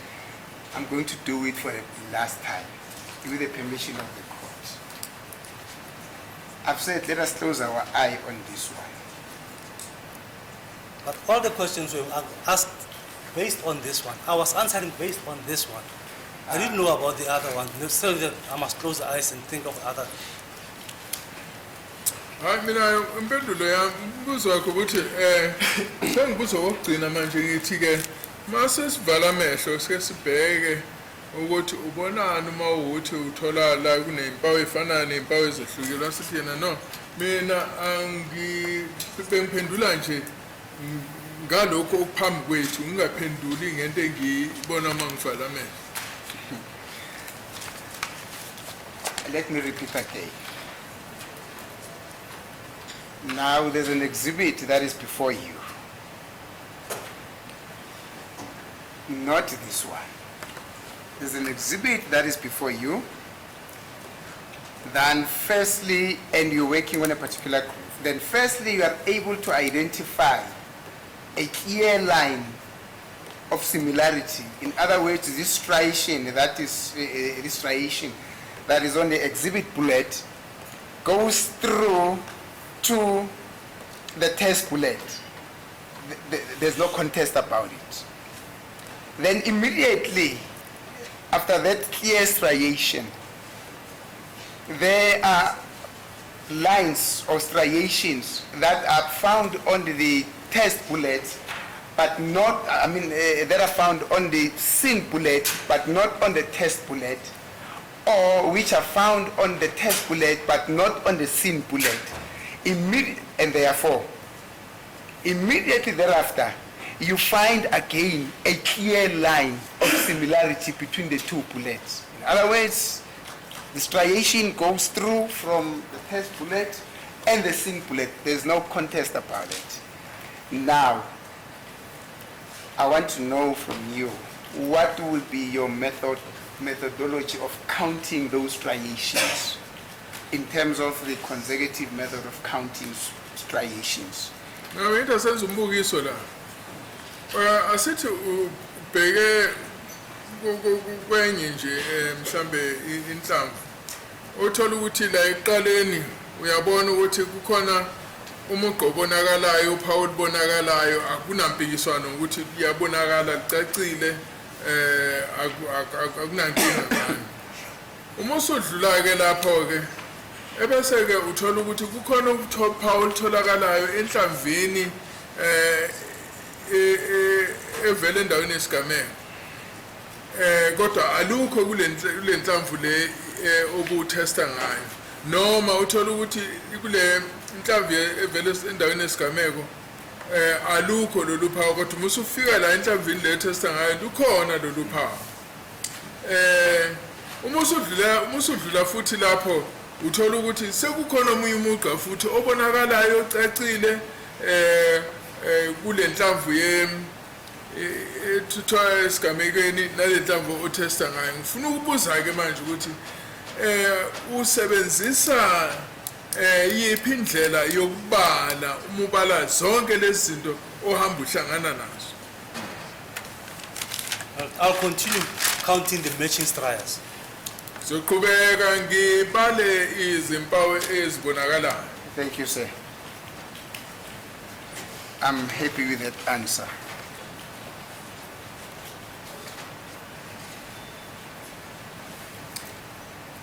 Now, you were requested by Colonel Kininda, not really Colonel Kininda, by Colonel Bentley, if I'm not mistaken, to go and attend the scene on the 26th of October 2014, not so?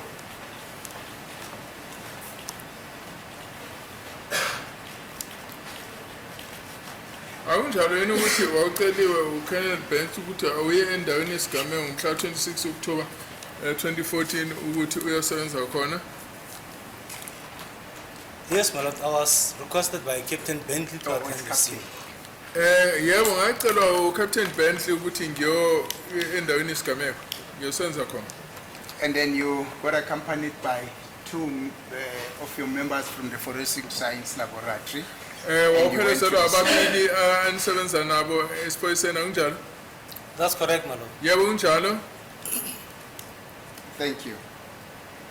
Now, when you arrived at the scene, as per your testimony, there were people who were busy with their investigation and you did not want to interfere with them, not so?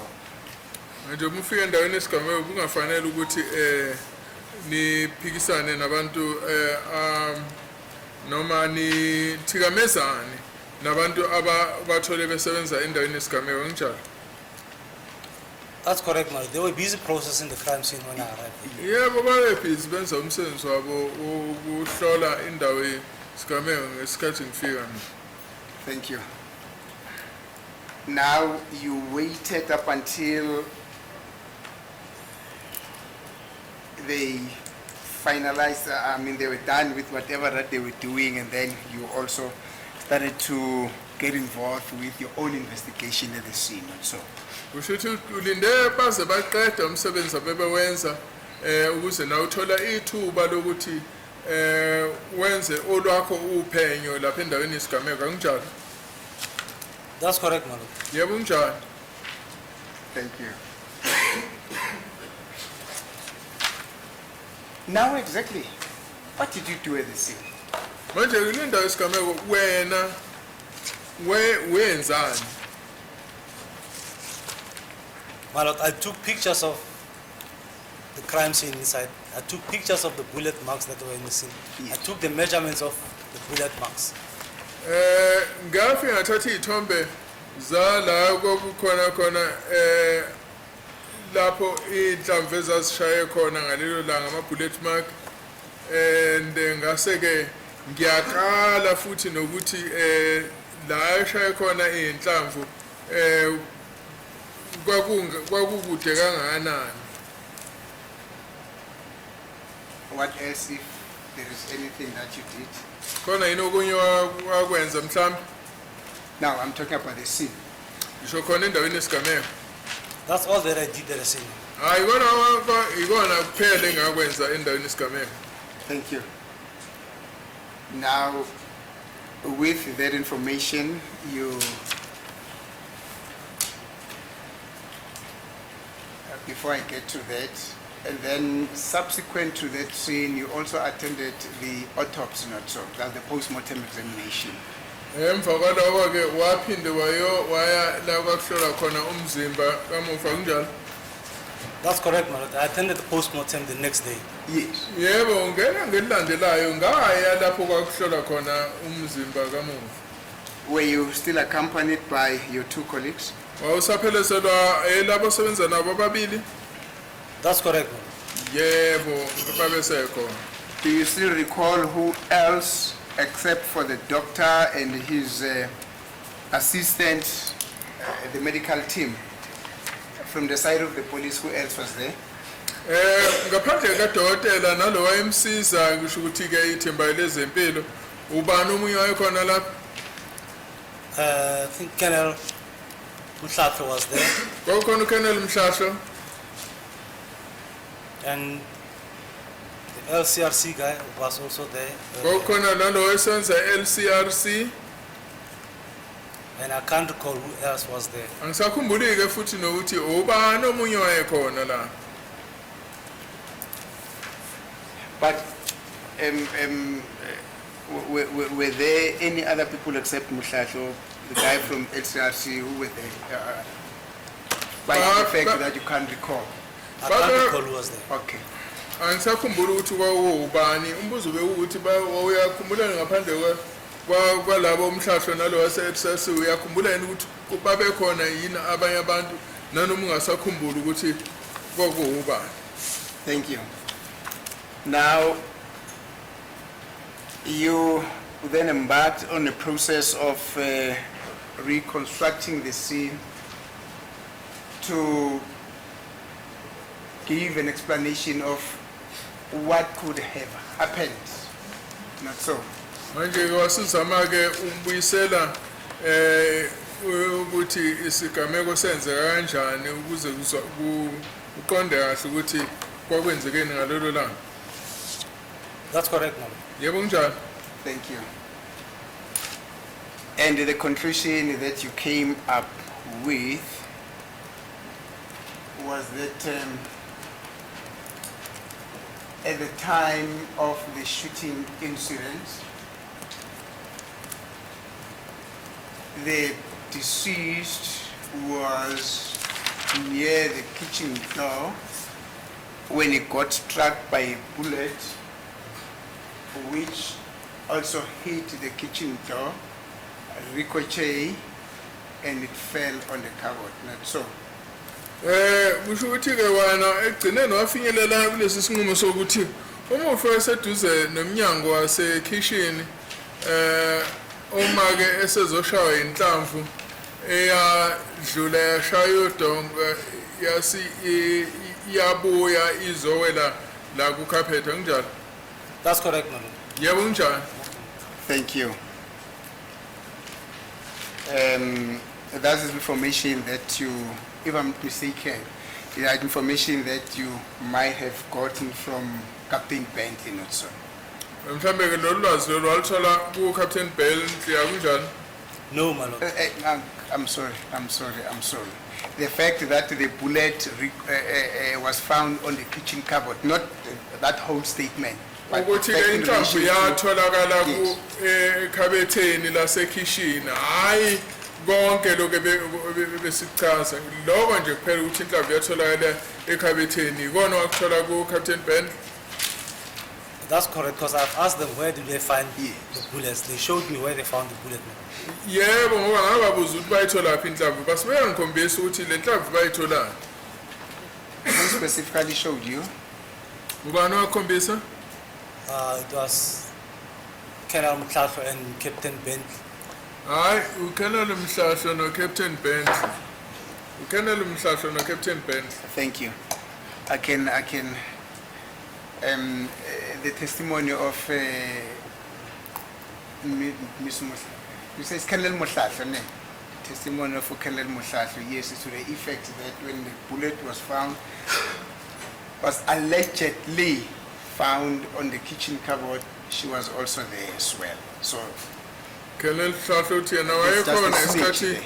inhlamvu izotholakala lapha ekhabetheni la sekitchen.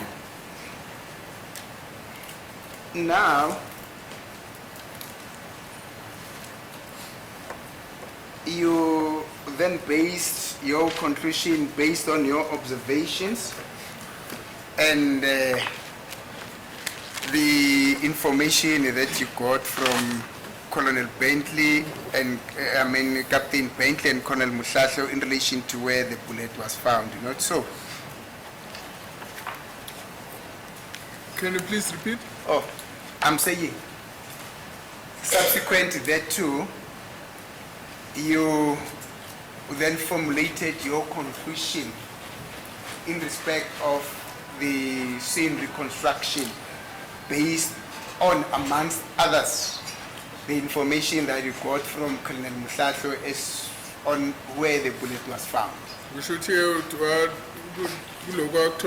Captain Muhlasho no Colonel Muhlasho no Captain Bentley. We should work siza ekutheni ubuyiseke isithombe sokuthi kwakwenzekeni ngalelo la. Not so. Anginjalo. That's correct, my lord, and it made sense to me when I Yes. reconstruct the incident for the bullet to end up where they showed me it was found. Yes. Kwacaca kumina uma sebengikhombisile ukuthi inhlamvu lena yatholakala phi ukuthi ngempela ngabe kuwukuthi kwenzekani ngalelo la. Thank you. Now, I want us to refer ourselves to the testimony of Mr. Madlala, which he proffered on the 7th of August 2023. By the way, Mr. Madlala was one of the witnesses once in the house. 7th August 2023 on the transcribed record.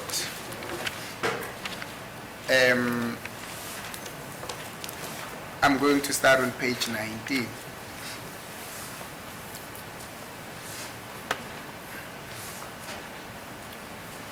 Now, I'm going to start. I'm not so sure whether you've got that record, Mr. Ngoba. I'm not so sure whether it can be beamed this way, man. Just for ease of reference of Mr. Ngoba, to enable him to follow when he's interpreting to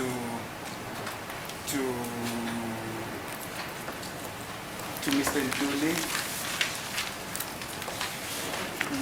Mr. Nove, Mr. Tanzi, Mr. Speak, and Mr. Mapisa.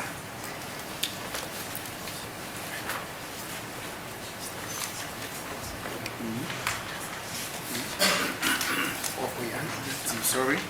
The date is the 7th of August 2023. Now we will be starting page number 19.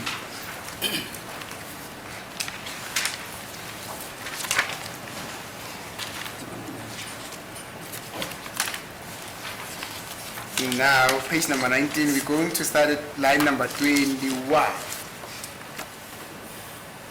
Number 21. I do not have that document.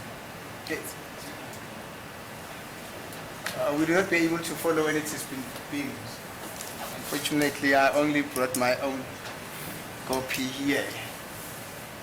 Now, line number 21 from the transcript that I have,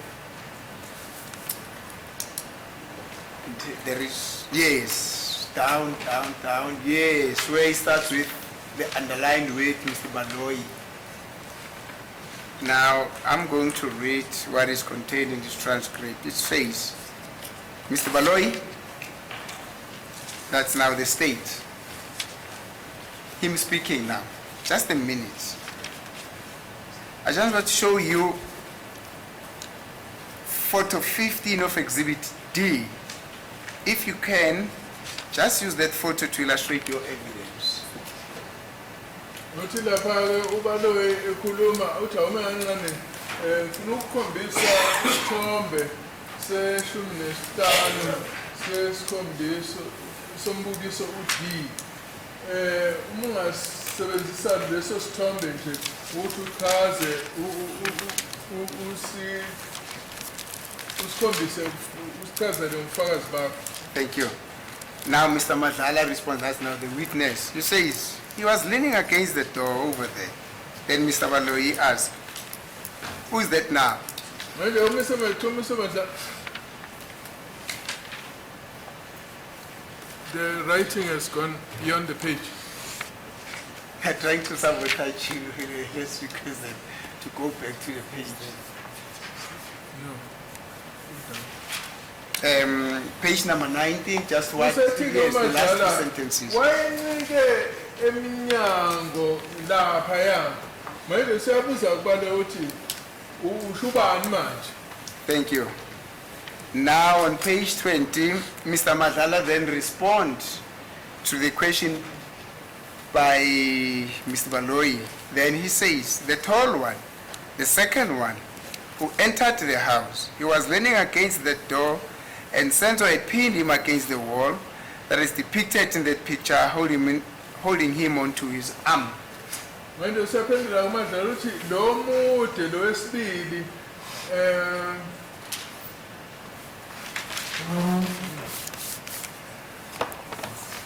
lo wangena endlini wayenike ngasemnyango usenzokena wayesemcindezele odongeni njengoba kukhombiswa kulesa sithombe embambile ingalo. Then Mr. Baloyi says, and in which direction was this person that you describe as accused number 2 facing? In which direction was the deceased facing? Manje usaphendula wena uthi uyabuza ubale uthi manje ke lo muntu ke lo okumchaza manje wayebheke phi njengoba umsolo wesibili waye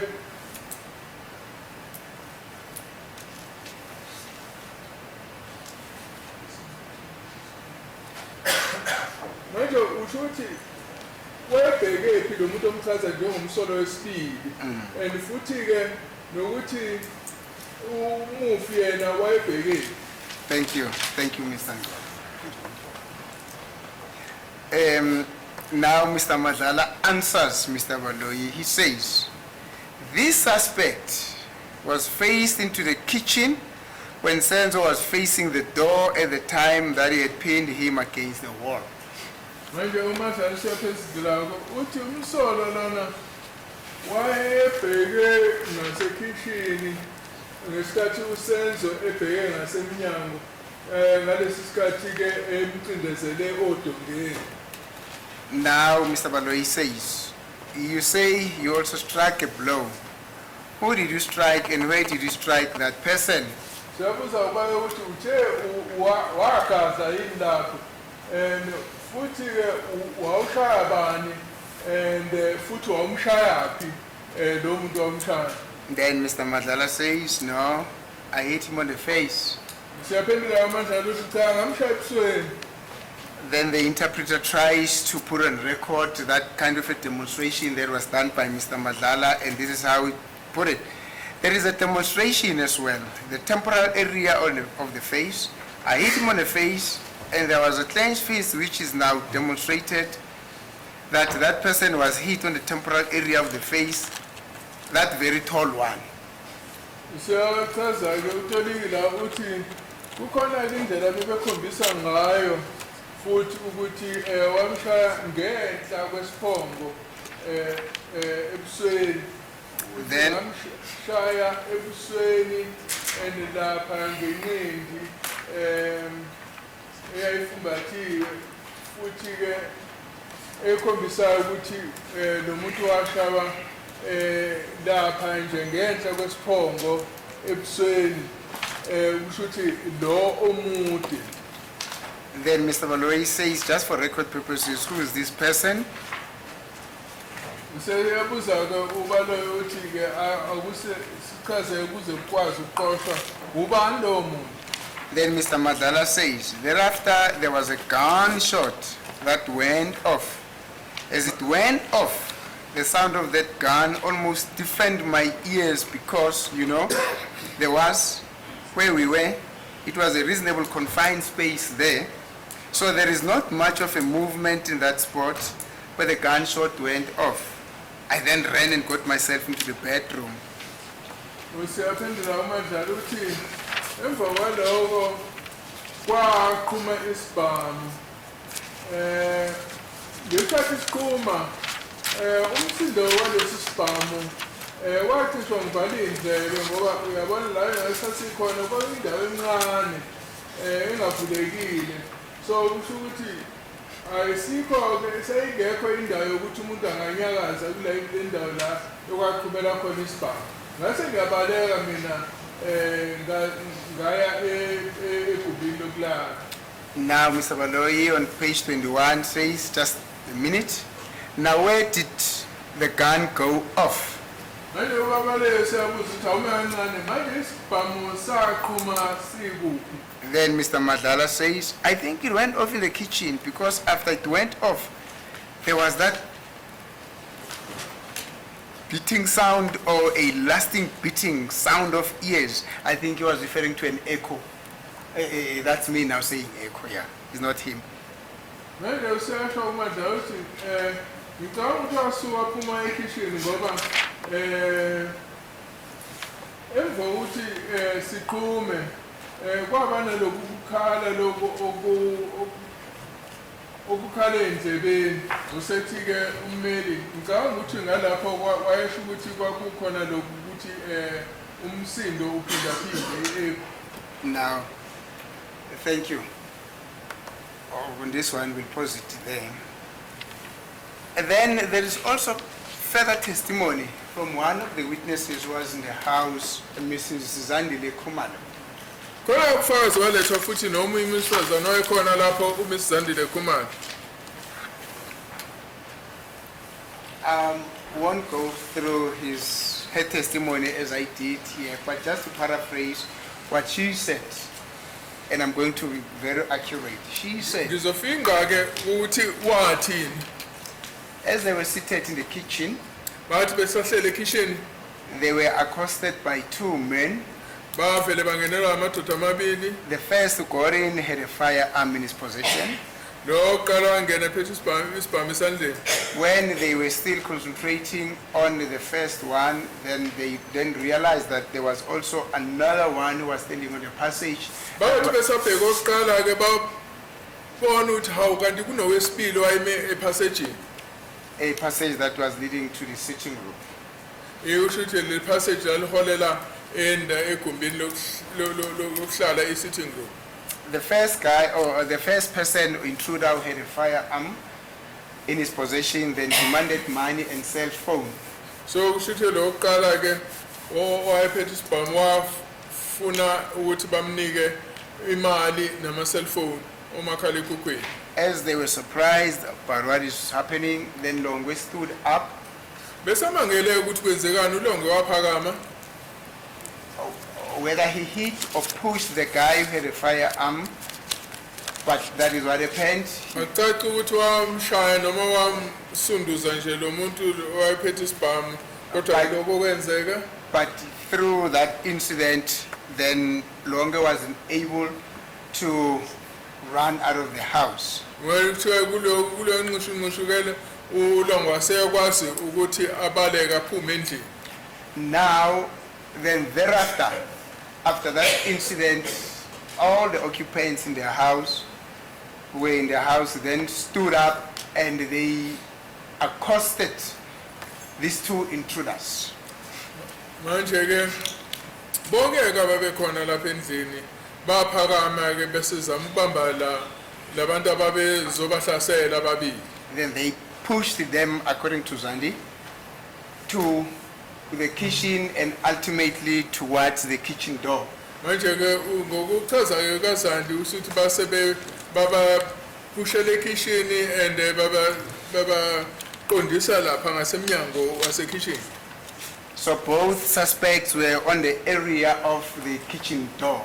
Ushithi-ke labasolwa ababili babese duze nomnyango wasekhishini. Thank you. Do you understand this up to this far? Ngiyakuzwisisa-ke konke lokho. That's correct, my lord. I Yebo understand. ngiyakuzwa. Thank you. Now, Mr. Madala says, at the time when the shot went off, Uthi kaMadlala uma saqhuma isibhamu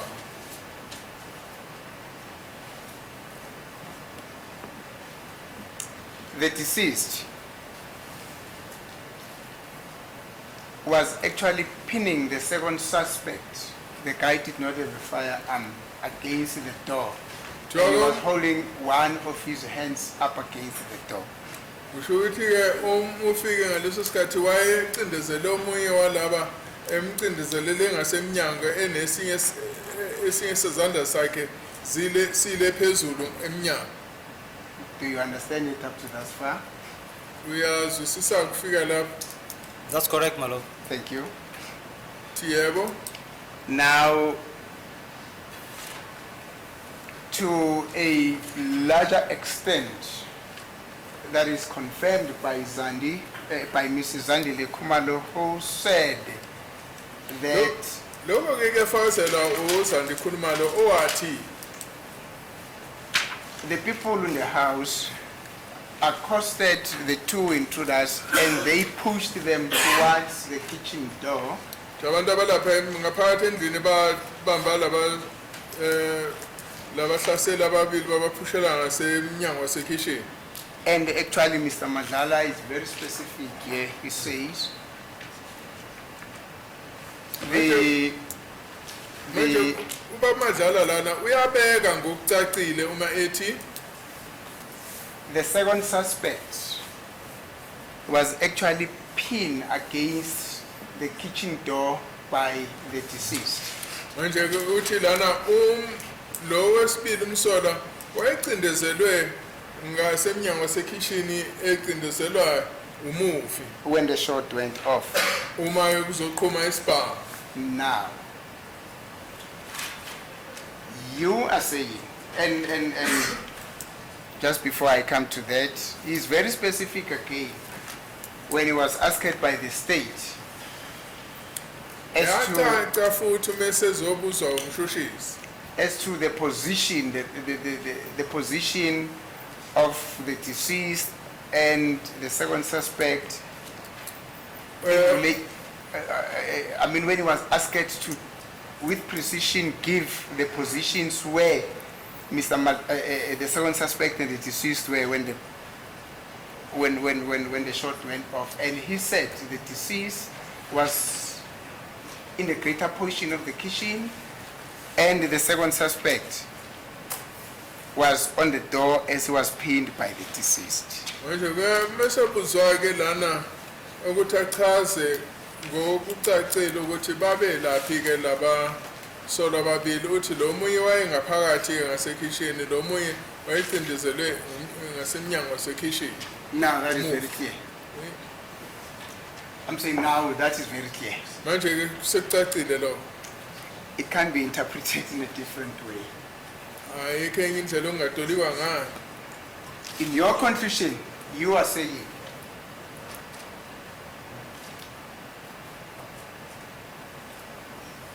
the deceased was struck by a bullet when he was on the side of the kitchen door. When he was on the kitchen door, which is the reason why the bullet actually exited his body. It hit the kitchen door and it ricocheted and it went on to fall on the carpet. Wena uthi uma ufike waye ngasemnyango wasekitchen ngesikhathi ezoshaya inhlamvu eyadlula kuyena yashaya umnyango wasekitchen yase ibuya ke ingena ngaphakathi. And that is your conclusion in terms of the reconstruction of the scene. Kusho ukuthi le ndlela uchaza ngayo ke musu uchaza ukubuyisa ukuthi kwakwenzekani ngalelo la. Now my question is, Kuzwami ukuthi do you then realize that your conclusion is not backed up by the version of the eyewitnesses, version of the testimonial witnesses who were in the house when this incident happened? uyabona yini It presupposes that only one shot was fired when the witnesses were clear that more than one shot was fired. Mr. Madala is very clear, my lord. He said when the first shot went off, the deceased was pinning the second suspect on the door. So, sorry. I just want to be fair. Yes, my lord. Did Mandlala make certain allegations against some of your clients saying, Yagbona, it's you, I know you? Do you remember him saying that? No, I'm not there, my lord. You don't remember that? No, what I'm saying is wait. I'm not there. You could have made them, but I'm not there. Yeah, but you want this witness to discredit me on the basis of that evidence. Is that so? I'm not saying you can't do it. You can do it. If you want to, no problem. I'm unable to follow the court. Okay, my lord. never mind. Let it pass. No, my lord, it cannot just pass because I need to follow the court and I need to understand the court. Or when the court says, do I then have to discredit the version of this witness based on what Mr. Madala says? No. Just let it pass. Because if then that is the case, my lord, then the court basically saying the version that Mr. Madala preferred, actually the court is basically is giving a credibility finding on. No, it was put on to Mr. Madala, It was yes. put to Madlala that he is lying. Am I right? About the version of what happened there. Yes, about the identification. And Yes, about the identification, you identification. couldn't have seen who. Are you with me? Yes. As long as you have that background, fine, no problem. Yes, my lord, but I also need to get it very clear that if the court says, do I then proceed to discredit this witness based on the version of Mr. Madala? So in other words, what I understand the court to mean from where I'm standing is that Mr. Madala's version is not something that needs to be believed. That's a credibility finding. I never said that. I said the evidence Yes, is. yes, It was put by the defense itself. yes. Now, I am saying this witness, he wasn't there obviously. Yes, And you are saying this is the evidence which contradicts him. I say, fine, you can do it. But it's not like here we're dealing with evidence which has not been discredited or discredited. I haven't even arrived at that stage. I'm just saying that drawing evidence it flows. He ran into the bedroom, he came back, he saw this and that and that and that and that. This witness is being discredited on the basis of that. Is that what I want to know? Not that you can't do it, if you think. My lord, I've read an extract from the records. Okay, fine. I've read an extract from the records. Mr. Mnisi, you can continue. Yes, my lord, I'm continuing. Yeah, please. I've read an extract from the records, and I've referred to this court to the testimony of Mr. Madala, whose evidence was led by the state. Yes. Yes. Okay. So now I am saying Yes.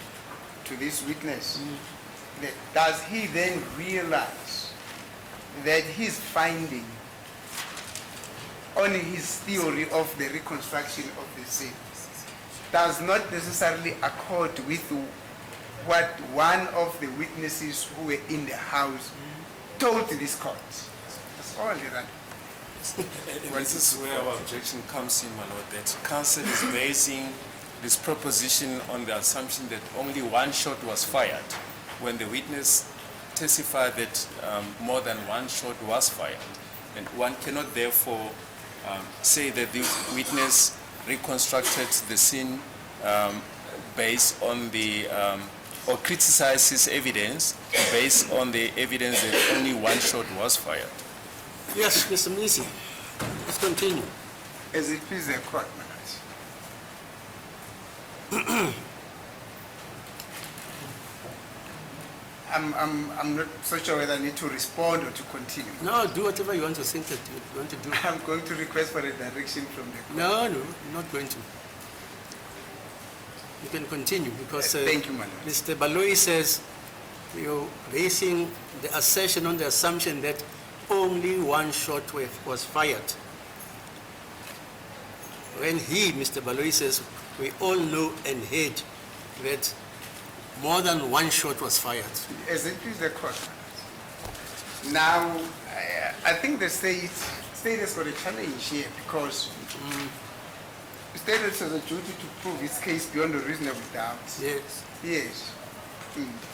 I'm on behalf of the gentlemen that were representing, we're at liberty to come up with assumption, with Yeah, fine. probabilities. Yeah. Yes, but the state has got a very little room on which to maneuver when it comes to circumvent the concept of proof beyond reasonable doubt. My lord. But that is what I'm saying, sir. Mr. Madala's testimony is very clear. When the first shot was fired. My Lord, if we look at the incident, from where the incident started, suspects came with a firearm. One produced the firearm. Then there was a struggle all over in the kitchen. Yes.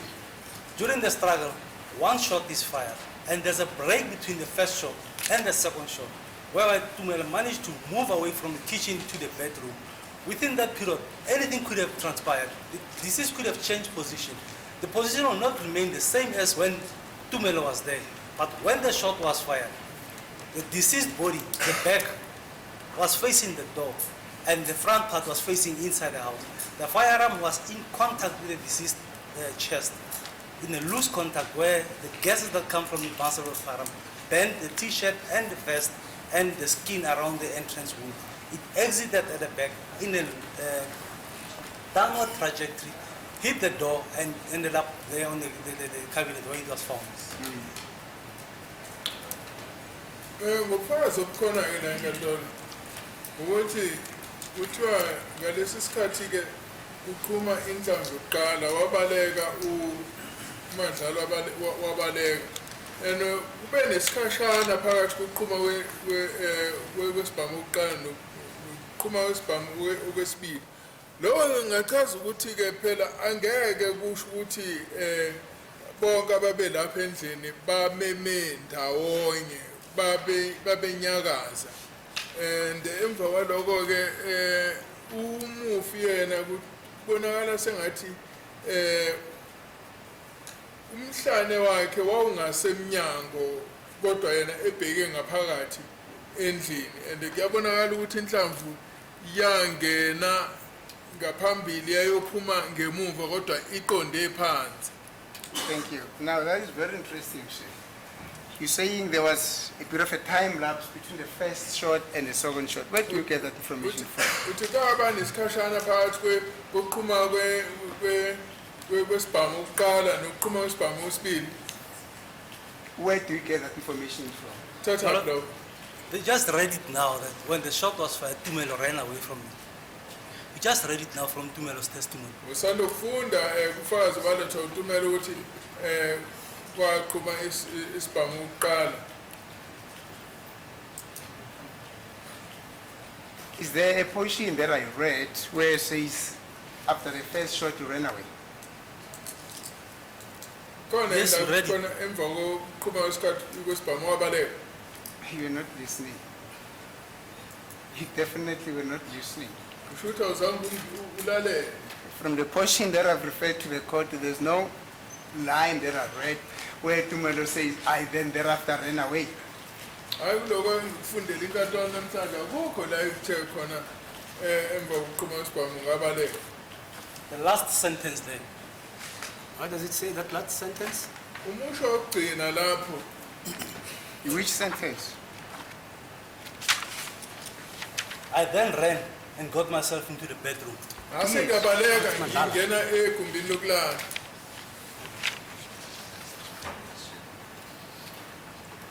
It's Mandlala, ne? Yes. Yeah, maybe just made a mistake about the name. But somebody did run and get into the bedroom. Excuse me, my lord. I say, according to the evidence, somebody did run and get into the bedroom. He Thank is you. saying Tumelo. Yes. Who's, Tumelo is Madlala. what did you say? Tumelo is Madlala, my lord. Tumelo. Yes. Yes. Yeah, whereas somebody who testified in this court said he ran into the bedroom. That's where he found the child or the children of Kelly Kumalo. Yes. Yeah, we know the evidence. He wasn't there when the evidence was being led. Just a second.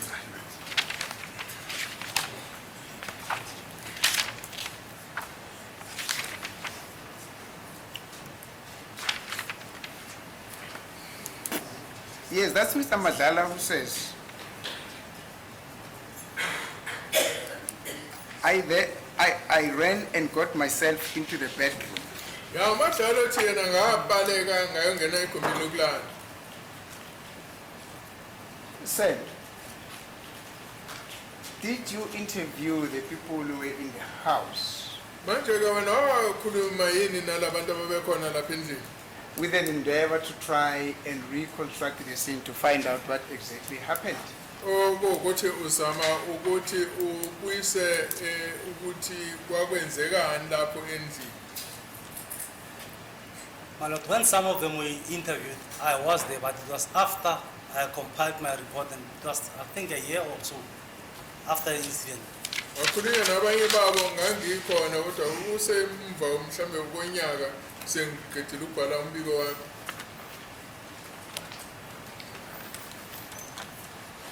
The day on which you went on the 27th, did you interview any witness who were at the scene?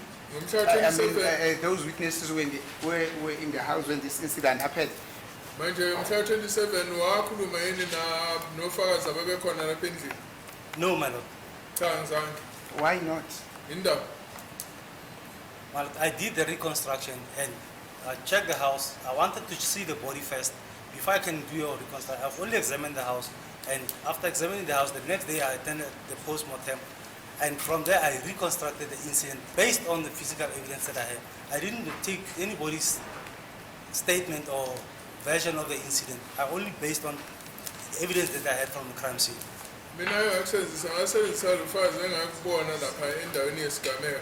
Ngoba ngaqala ngaya endlini ngafika ngabuka, and then from kusuka lapho ngasuka ngaya bheka i-postmortem. So ngasebenzisa ke lokho engakubona ngaleso sikhathi.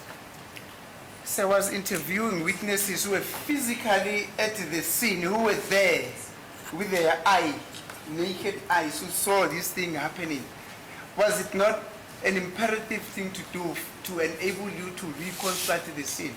Manje ukuthi ukhulumisane nombuze laba ababekhona lapha endaweni yesigameko ofakazi. Kwangafanele yini ukuthi ukwenze lokho ukuze ukwazi ukubuyisa isithombe sokuthi kwakwenzekeni ngalelo langa? No, my lord, I prefer the physical evidence on the crime scene. Because witness can tell you something different. Cha mina ngifuna nje ukubona nje izinto ezibonakalayo lapha endaweni yesigameko ngoba ngeze ukuthi ofakazi bakutshele into ehlukile. As it pleases the court, I see the court is smiling. I'm not sure whether the court is smiling because it's already lunchtime, it's smiling for something else. But Now, he's nonetheless, smiling at his evidence. or he's smiling at this witness's evidence. He says he prefers concrete evidence. So I'm thinking about you quoting science. That science is a branch of study that Yes. continually searches for truth and matter. Yes, And you say it has to be precise, and accurate. accurate. Yes, and consistent. That's it. Yes, Now, I don't know how many versions are in the house because when cross-examination was being placed around the court, Yes. and I'm not blaming anybody, Yes. and I haven't decided anything. yes, I don't know how many versions. The other version was that there was no intruders who got into the house. yes, You guys who were seated there, you know who shot yes, madam. the deceased. Yes. Nobody got into that house. Yes, That's ma'am. one of the versions. I can come with others also, Yes, madam. which I heard in this court. Yes, That's why I'm smiling. they will probably be coming, madam. May we have a lunch break, madam? Yeah. Thank you. And then also there's evidence about a bullet, which is what, .99 on the cupboard. Point Which one on the cupboard? 9 9mm bullet. on the cupboard. Yeah, And of course, we heard a version by Mr. Ngobezulu that, hey, long and short, Senzo. And she was trying to separate the fight between Kelly and Zandi. Maybe we have a lunch break. And we shot him with a .38. And the bullets, I don't know where they are. Lunchtime. Yeah, what's it? As it is a court, number. Thank you, Lieutenant Colonel.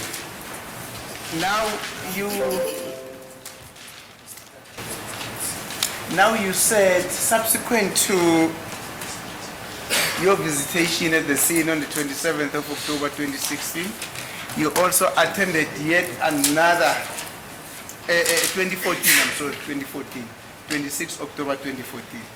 You then attended yet another process or incident where you were present as well, where there was an interview, I don't know by who, but that was held with the people who were in the house. Take us through that incident. Njengoba kuya lapha endaweni yesigaba ngomhla 26 October 2014 kwaphinda kwaba nelinye ithuba lapho waya khona wayokhuluma nabo bekhona usichazele ngalokho. My Lord, there was a team that was assembled to conduct investigations in this. Yes. Okukhona kithimba elaliqokiwe ukuthi liyokwenza uphenyo mayelana nalesi sigameko. They had the report that I compiled on the crime scene. Babe nayo ke umbiko enganguhlanganisile endaweni yesigameko. Now, let us try to be specific about this team. Which team was it? Manje iliphi ke leli thimba okhuluma ngayo? There was a team from the province, and then there was another team where it was led by members of the DPCI also, where they went to do the reconstruction in the scene also. Manje kwakukhona ke ababevela kwa-province kukhona ke nethimba elivela kwa-DPCIO. Do you still remember who were the members of that team, the DPCI team? Do you still remember who were they? Manje sakhumbula ukuthi laba bavela kwa-DPCI kwakuwobani? Hello, the DPCI team was led by General Mukote. I don't know the other. I can't remember the other members who were there. Leli thimba leli ke laliholwa uGeneral Mkoteli, angibazi ke abanye ukuthi kwakuwobani. Okay. Proceed. Qhubeka. Then the intention for me to be there was to hear the version of the accused. Mina ke ukuthi No, not of the accused, of the witnesses who were at the scene during the incident. Can you say again? To hear the version of the witnesses who were at the scene. Inhloso yami ukuba lapho ngifuna ukuzwa ukuthi ke bana babeka kanjani laba ababekhona ufakazi endaweni yesigameko. So let me understand, you were requested by General Mukoteli to be there as well. Ngikuzwisise kahle ukuthi wena wawucele uGeneral Mkoteli ukuthi nawe ube khona. That's correct, Maro. Okay. Yebo kunjani. Right, then proceed.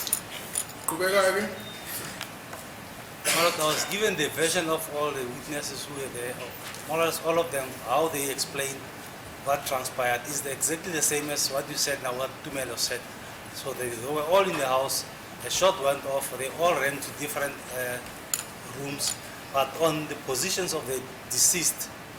That's why I explained mine is based on the physical evidence, so I don't know how the others, their version on how it happened there. Okay. Yebo ngaba khona lapho inhloso yami ukuthi ngize ufakazi obavela ngoba bonke laba bayekhona endini ngalelo langa ngamunye bachaza ukuthi kwakwenzekeni. Mina ke lapho ke njengoba sesifundile la ukuthi uyachaza lona ukuthi kwenzekani ngase ngenzani ke. Mina ke engangibhekile nje ukuthi ngizame ukuthi khipheke isithombe sokuthi kwakwenzekani ngalelo langa, kodwa ke ngisebenzisa ke izinto eziphathekayo ezazikhona lapho engangakwazi ukuthi ngisebenzise ukuthi kubonakala ukuthi lokhu kwenzeka ngoba kwenziwa yilokhu nalokhu ngoba kwenziwa yilokhu. So you stuck with the objectivity of how you analyzed and found the scene. That's correct, man. I said that my version is clear. That's how what I could determine there, what I could find on the crime scene. But the other versions that I'm not going to entertain because I'm not going to listen to them. cha mina engikwasentsela ngicazela ukuthi ngangisebenzisa engakuthola kwendaweni yesigameko lokhu kusho abanye abantu bengekwazi. Thank you. Now, the format of that interview, what format did that interview take? Was it a question and an answer session? Was it recorded or it was what?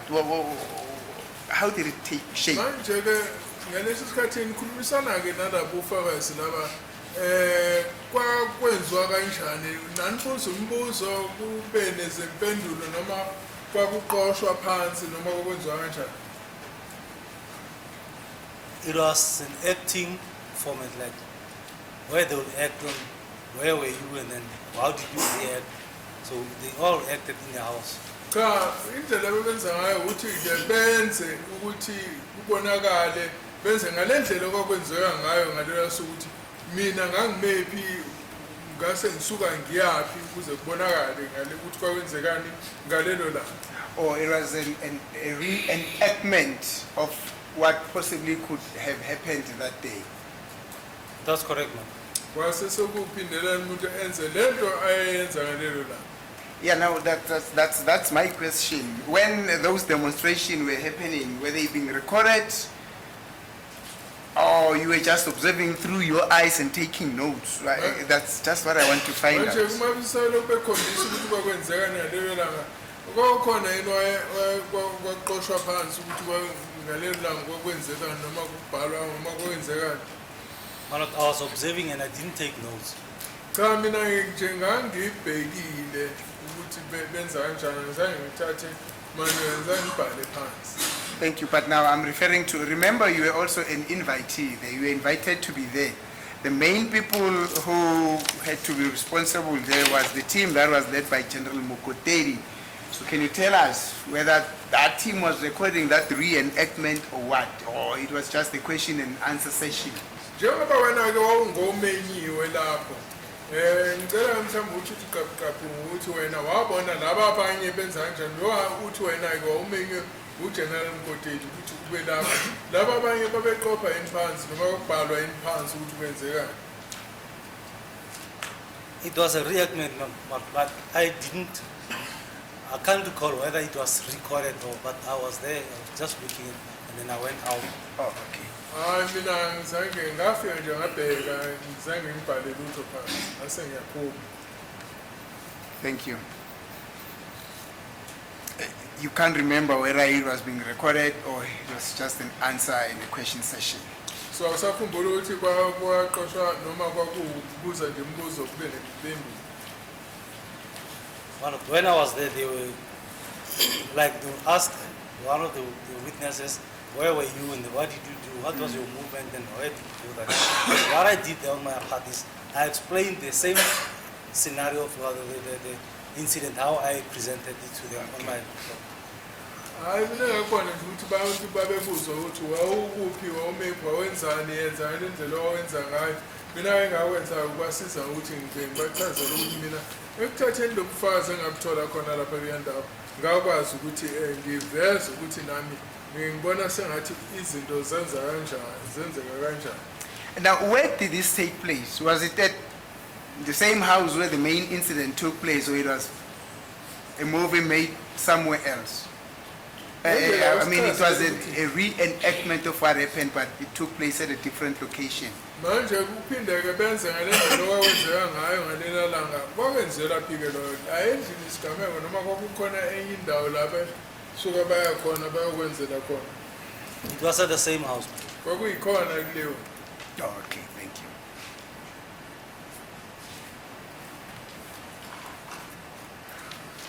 And who accompanied you this date? From your section, from your unit?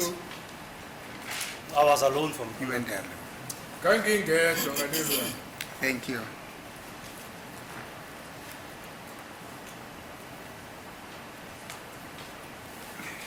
Just a second.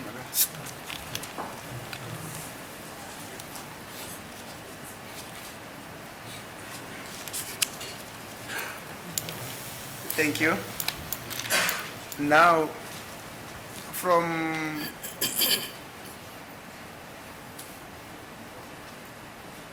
let me put it this way. Who were the participants in this reenactment? Or the characters, if I put it that way. Who were the characters in this reenactment? Please come again. Who were the characters in this reenactment?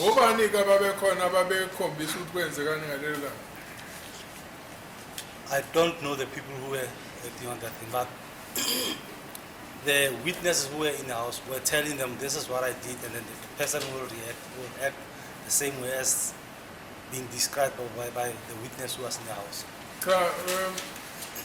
Kwakunabantu ababekhona endlini ngalelo langa ababekhombisa ukuthi kwenzeka kanjani-ke bese kuyenziwa ngale ndlela ababebona ukuthi kwakwenzeka ngalo ngalelo langa. Thank you. Now you said at some point Brigadier Kininda also requested you to go and take some measurements and just to go and have a physical observation of those that he referred to as the people of interest in this case, not so? Brigadier Kininda indawo akuthumela-ke ukuthi uyohambe uyokala and futhi-ke nokuthi uzame ukubheka labantu leyo kuthiwa abantu ababebona bebabheka njengabantu abangababheka ababekhona ngesikhathi sesigameko noma-ke ababebona sengathi bangaba nosizo oluthize abangaluletha. That's correct, ma'am. Thank you. Yebo kunjalo. And then you, amongst others, you went to Mr. Mngqibelo, who's accused number 3. And there's a story that you told this court relating to some scars on the leg. Can you please repeat it? Oje wahamba wabona nomsolo wesithathu kwaMngqibelo and khona-ke la wakhuluma khona mhlambe ngamasikazi kuthiwa esey'nyaweni. Phinda futhi. But when I looked at the reconstruction that I did, I said the first bullet has hit the floor, the tile, in an about approximately 90 degrees. Yeah. And then it fragmented. So the fragments which come from that bullet could have hit anyone who was close within that vicinity. And I said, but let me just check their legs. If there's any scars from the fragments, maybe I can see something that I can identify and see that these scars might be linked to that thing. And then Ushuthi khona inhlamvu eyashaya phansi. Le nhlamvu lena-ke ushaya kwayo yashaya iyavithizela. Okusho ukuthi-ke ngicabanga ukuthi-ke nje ekuvithizekeni kwayo le nhlamvu lena kusho ukuthi kukhona mhlambe umonakalo noma ukulimala engaba ingakushiya kwabanye bekhona. So ngangifuna ukufunisisa ukuthi ngabe kwakunjalo na. Yes.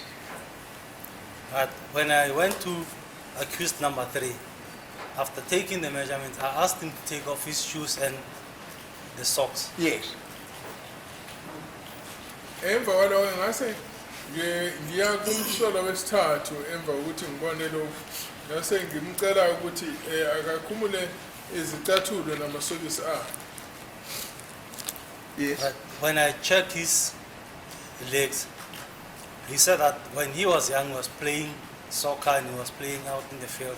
The Yes. scars that I see on the legs could be from his childhood when he was playing there. Yes. Athi-ke hhayi-ke lezi la ubonakala sengathi kwakuney'londa ey'nyaweni zakhe uthi yena cha walimala esemncane. Ngesizulu scars ibazi phela. Yes. Not ilonda. Ilonda into esese fresh. Scars ibazi. But thank you. Kwake kwaba nesilonda khona. Okay. La kuke kwaba nesilonda khona. Thank you. Okay, but then his explanation was in fact, before that, so when you requested him to take off his shoes and socks, you could observe some scars.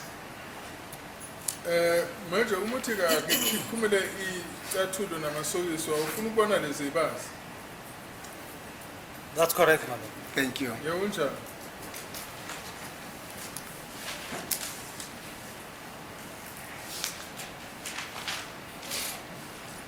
And were you happy with his explanation? Manje incazelo wayithola wayamkela. Yes, I checked, my lord, but I couldn't see any scars. Ngahlola kodwa ngizange ngithole izibazi khona. So he had no scars. I couldn't see them, my lord. Thank you. Hayi angizange ngizibone. So he was basically saying to you, even if you can check, but if there's a scar that you can find here, just know that me as a youngster, I grew up playing soccer, and we would get injured because we did not have the luxury to play on soft surfaces. Always be playing on hard surfaces, rocky areas there. Not so. That was his explanation, my lord. Nokuyena Thank you.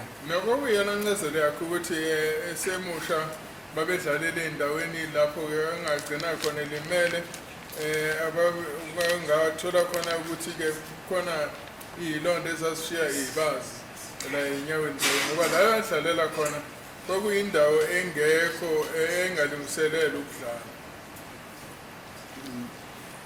As it please the court, my lord, Mr. Meyiwa is raising his hand. May I request to Oh, yeah, okay. approach him? Thank you, my lord.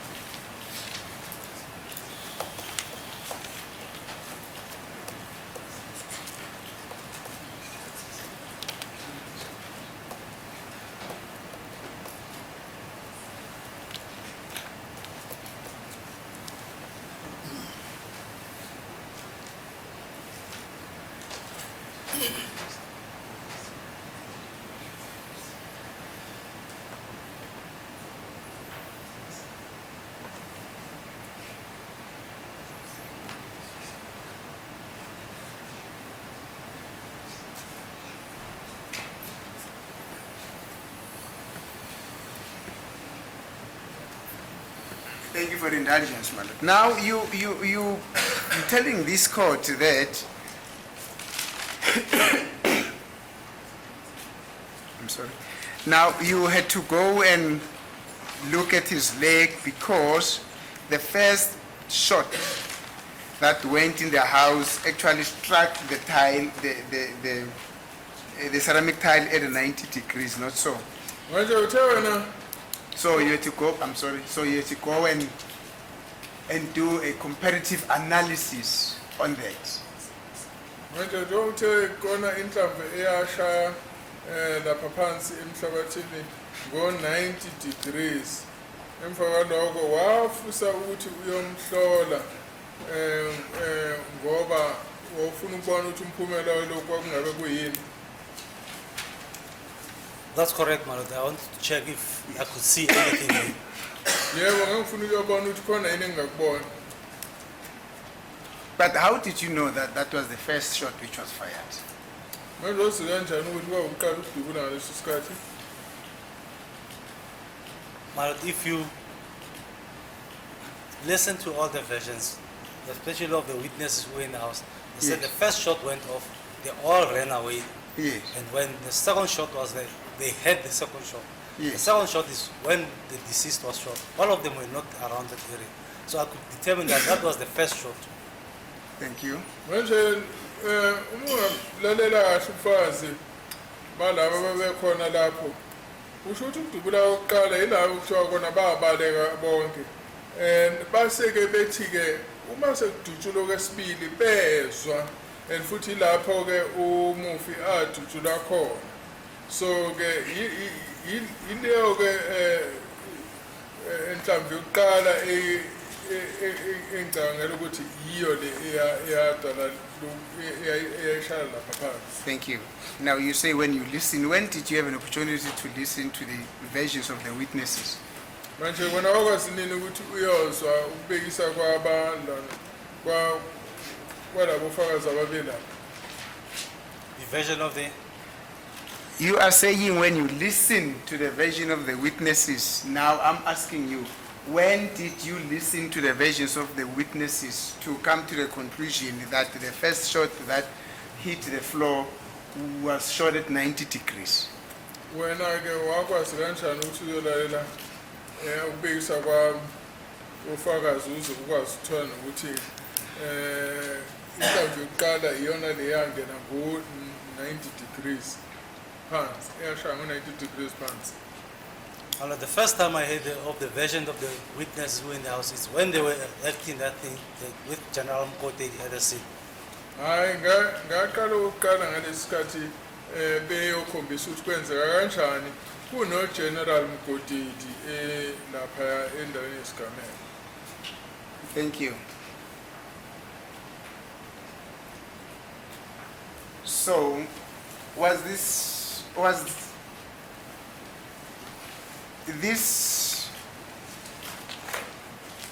investigation relating to a possible injury on the feet, not information, let me put it this way, the pursuit of this investigation relating to the foot relating to the injury on the foot, was this not as a result of a request that was done by Brigadier Kininda that is to go and visit these people, Mr. Mnyube, where he was detained, take his height and also check other things?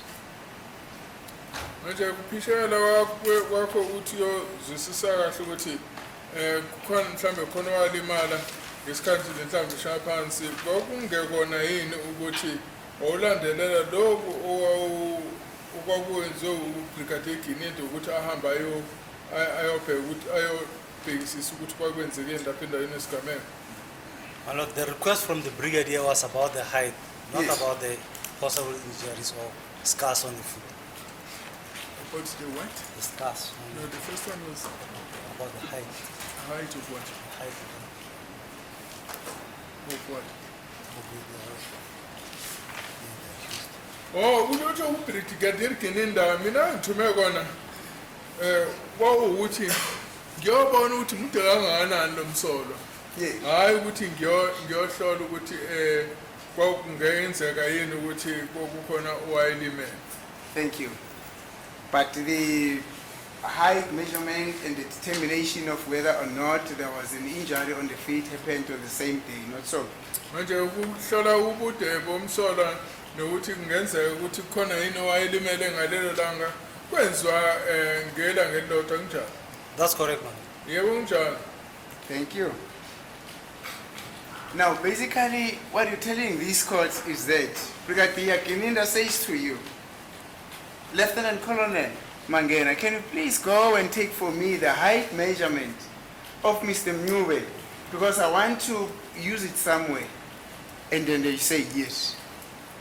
When you arrive there, out of your own accord, Meromotu, because of what you heard from the witnesses, you also go to the foot, which instructions never came from Brigadier Kininda, not so?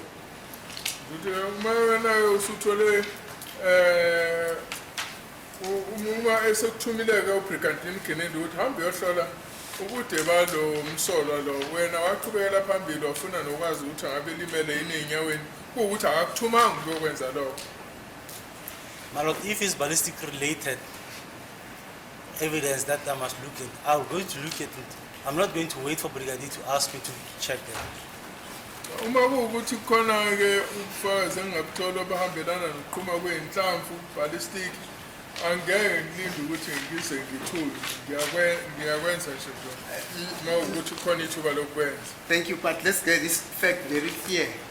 Let's not doubt it. Brigadier Kininda says to you, can you please go and check for me the height of Mr. Mnyube?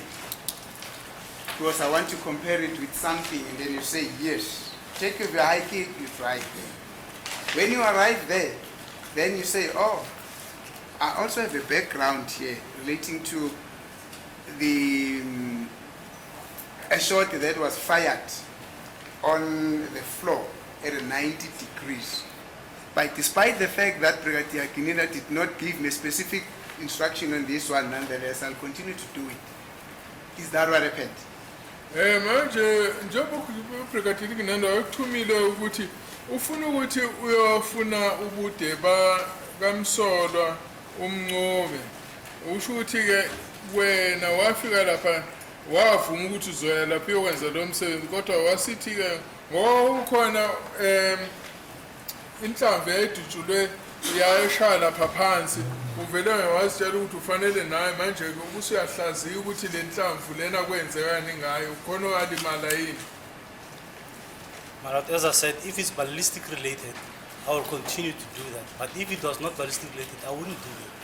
Uma njengoba sengichazile ngoba nje ehambelana nokudutshulwa kwezibhamu nenhlamvu ngiyakwenza lokho kodwa ke ukuba ke kwangahambelani naloko ngeke ngikwenze ngeke. Now,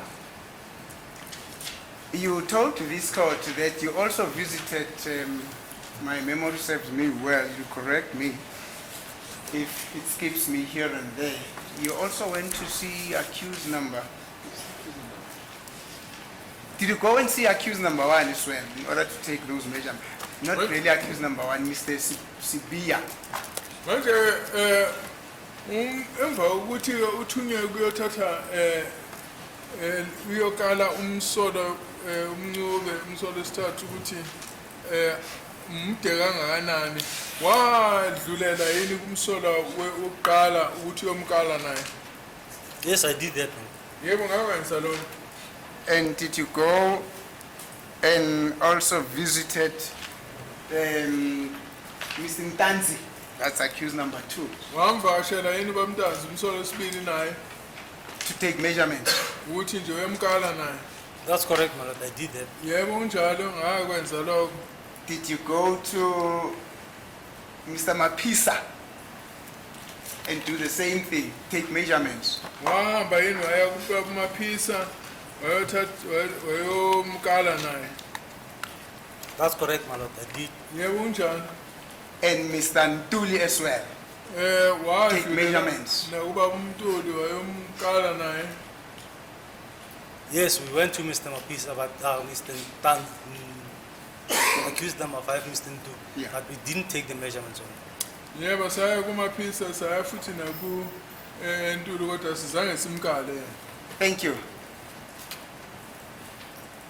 Did you, when you visited Mr. Sibiya, also Merimoto, that is now out of your own, request him to take off his shoes and socks in order to look at his feet? Manje musufika lapha kusibiya wamcela yini ukuthi wena ke uzenzela ngokwakho.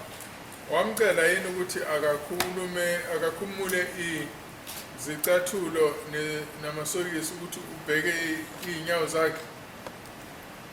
With accused number 1 and number 2, I did not do the exercise. Angikwenzanga lokho kumsolo wokuqala nomsolo wesibili. Thank you. What about to Mr. Mapisa? Ngoba umaphisa yena I did the same exercise. ngakwenza lokho. What about Mr. Ntuli? Manje ke kumphemba yena I did not do the exercise. angizange ngikwenze lokho. Thank you.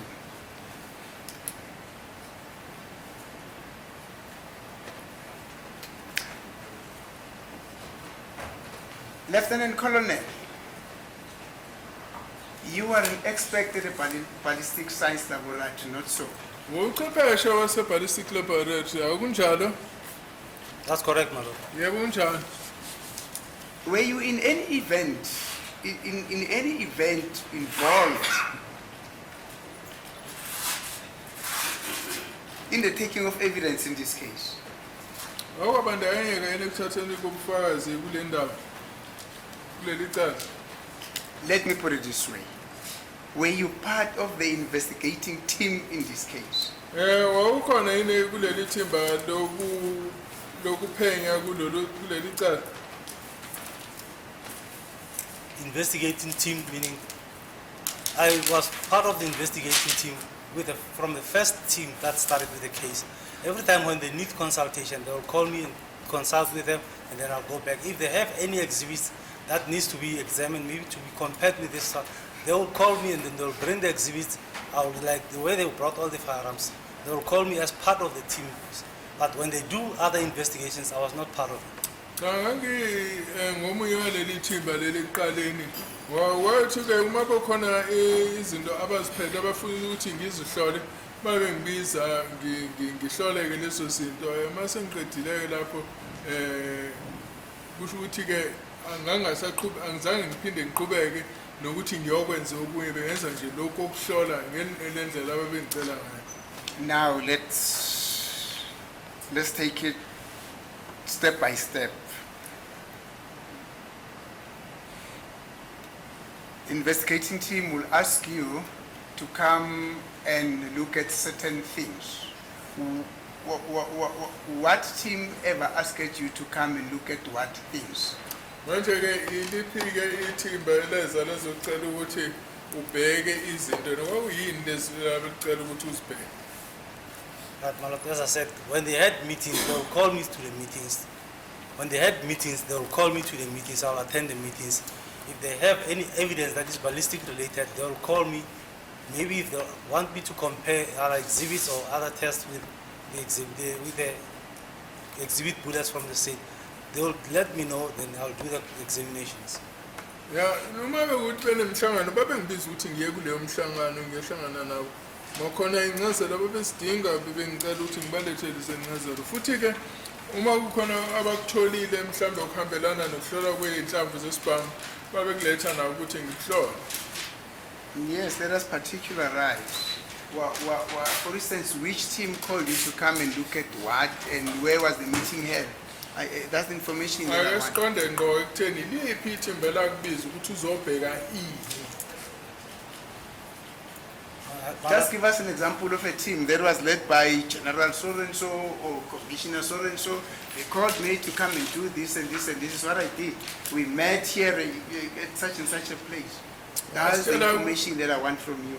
Ngifisa ukuthi-ke ungichazele kona ukuthi vele ubekise ukuthi ngahlangana nethimba elaliholwa uBrigadier uSibanibani owangicela ukuthi siye endaweni enje nenje ngoba bebefuna lokhu nalokhu.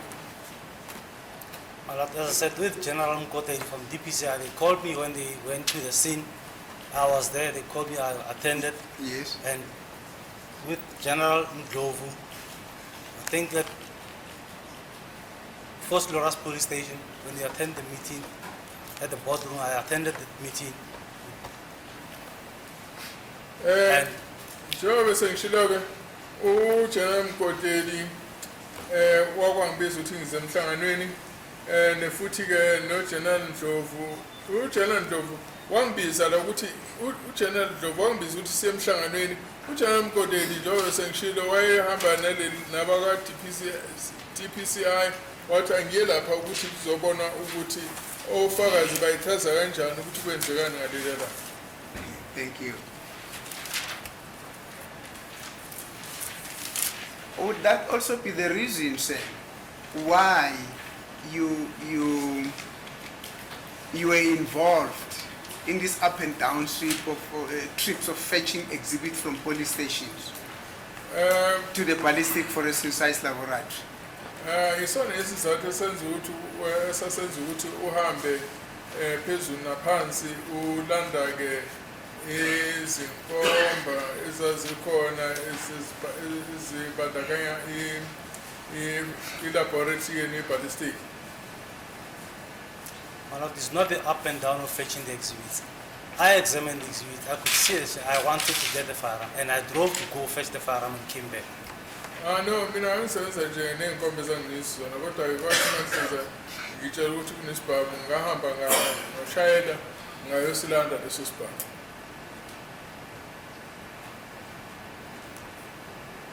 Sir,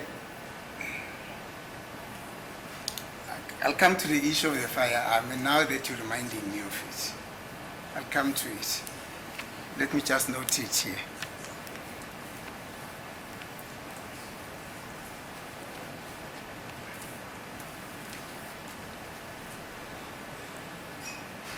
Thank you. Now, is it correct that your position as an expert is perceived as a neutral position? kuyiqiniso yini ukuthi njengoba ke uqhwepheshe That's correct, my lord. indlela osenzayo kubonakala waziwa njengomuntu ke phela ongathathi ihlangothi wathi yebo njani.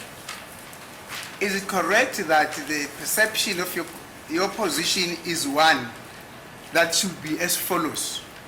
You are at a forensic science laboratory, investigating officers who are foot soldiers, bring exhibits to you, you analyze them, you give them results, they see what to do with those results, not so?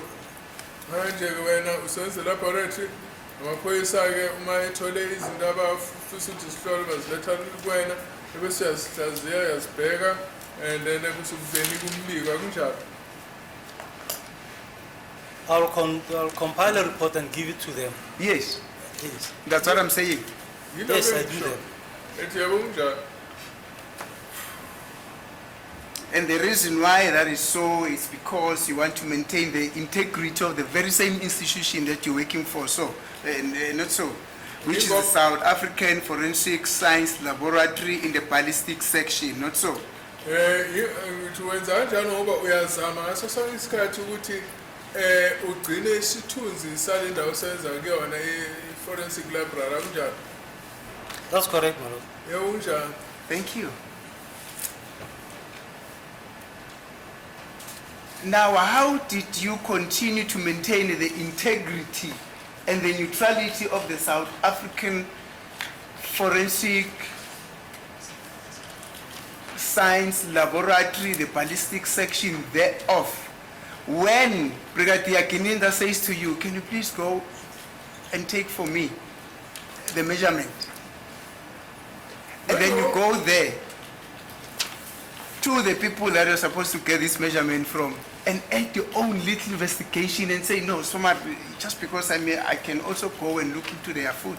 When that was not a specific mandate from Brigadier Kininda, how did you maintain that neutrality in those circumstances or in that instance? Manje ke wawukwazi kanjani ke ukugcina isithunzi sale ndawo esenzelayo laboratory sokwaziwa njenge laboratory engachemile futhi nengathathi uhlangothi uma ukuthi wathi uthunyiwe uBrigadier Kininda ukuthi uyokala lokho ufanele uyokala lapha wena ukuthi uye lapha uyokala umsolo wena usubona ukuthi uqhubeke wenze naloko ongatsheliwe noma ukuthunywa ukuthi uyokwenza lapha. Manje isithunzi ke lapho usigcina kanjani? My lord, Brigadier Kininda did not say I must go fetch get the height of the accused or the suspect in this matter. Brigadier Kininda asked me, based on the reconstruction of the incident that I did, the trajectory that I did, can it be possible to determine if I have a person of this height, to determine if he can be the shooter in the case, or he can be maybe more or less the height of the shooter in the case. It's because it's ballistic related, that's why I did that. If it was not ballistic related, I wouldn't go there.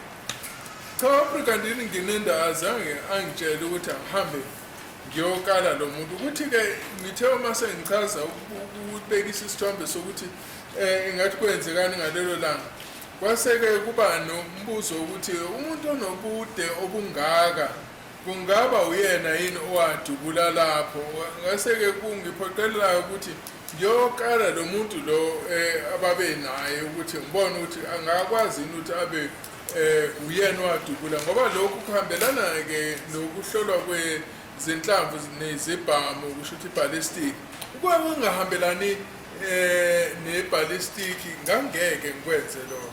Thank you. You are again repeating it in your own words. Brigadier Kininda says to you, can you please go and determine the height of those people that I regard as people of interest? And then you say yes. Brigadier Kininda does not say to you, can you please also go and check on their food? Not so. Brigadier Kininda wathi hamba ukala ukuthi bangabe badekanga azange asho ukuthi hambe yohlola inyawo zabo kunjani. Brigadier Kininda is not a ballistic expert. I'm the expert. I'm the one who came with that information. It's possible that if the person was within that vicinity and a shot is fired, there's possibility of the fragments hitting that person and the foot cannot be ruled out. So I just want to check if those people were not hit by the fragments from the same bullet.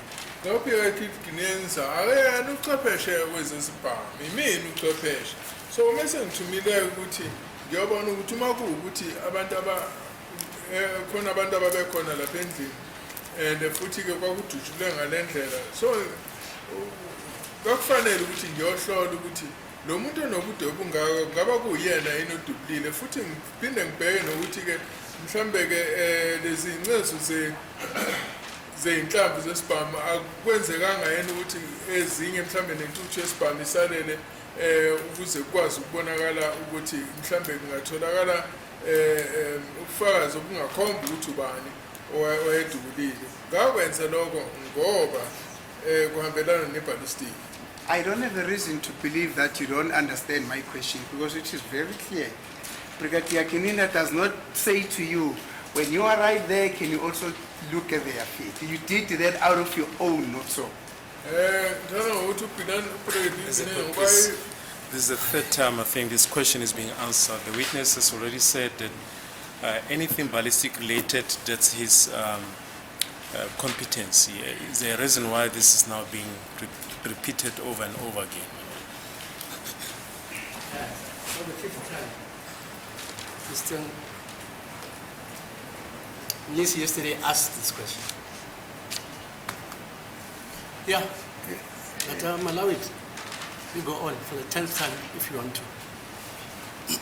I hear the court saying yesterday I also asked her the question.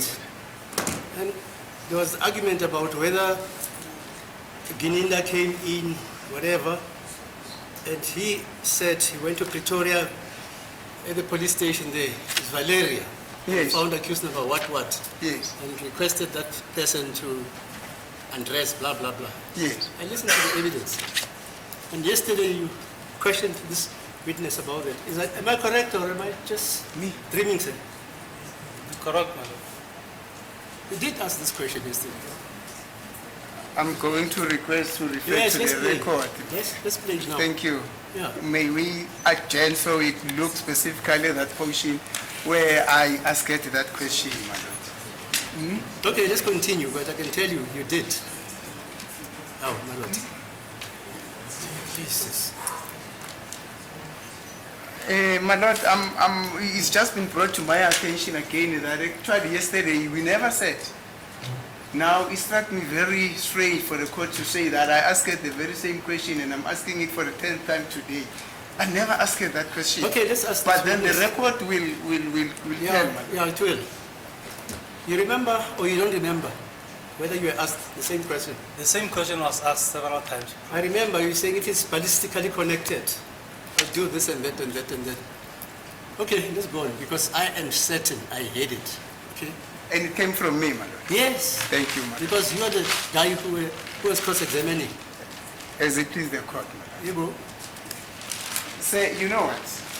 I could be asking this question so many times.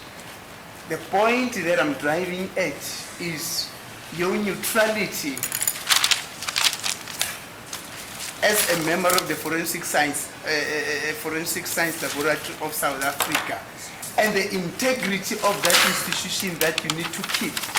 When you just decide to do things willy-nilly out of your own accord simply because you're a ballistic expert, does that not have an impact on your neutrality or on the neutral stand that you should always have as a ballistic expert? Manje njengocwepheshe-ke wezibhamu ukuthi-ke ufike endaweni ungaceliwe ebese-ke wenzela into obungaceliwe ukuyenza akwenzini ukuthi ube nomthelela ekutheni mhlambe kwehlisa isithunzi sendawo osenza kuyona ilaboratory nokuthi-ke kushiye nawe kungasabonakali ukuthi awusathatha ihlangothi.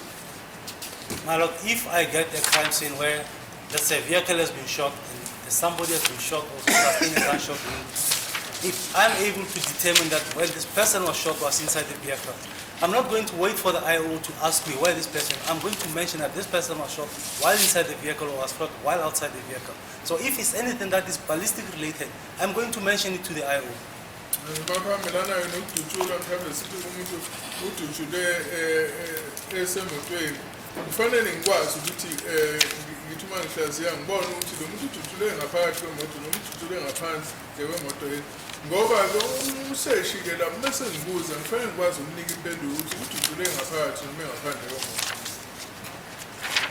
As it is the court. I Thank you, believe sir. we are there to assist with the investigation, and we are there to guide the investigation. If it's ballistic related, we are there to assist them. No, mina wabona sengathi umsebenzi wethu ukuthi ngiyosiza lapho futhi-ke ngikwazi ukuletha iy'mpendulo ezihambelana mayelana nokudutshulwa kwezibhamu. And if I assist, it doesn't mean I'm biased. Akusho ukuthi phela uma ukuthi ngiyasiza lapha akusho ukuthi ngichemile. Thank you.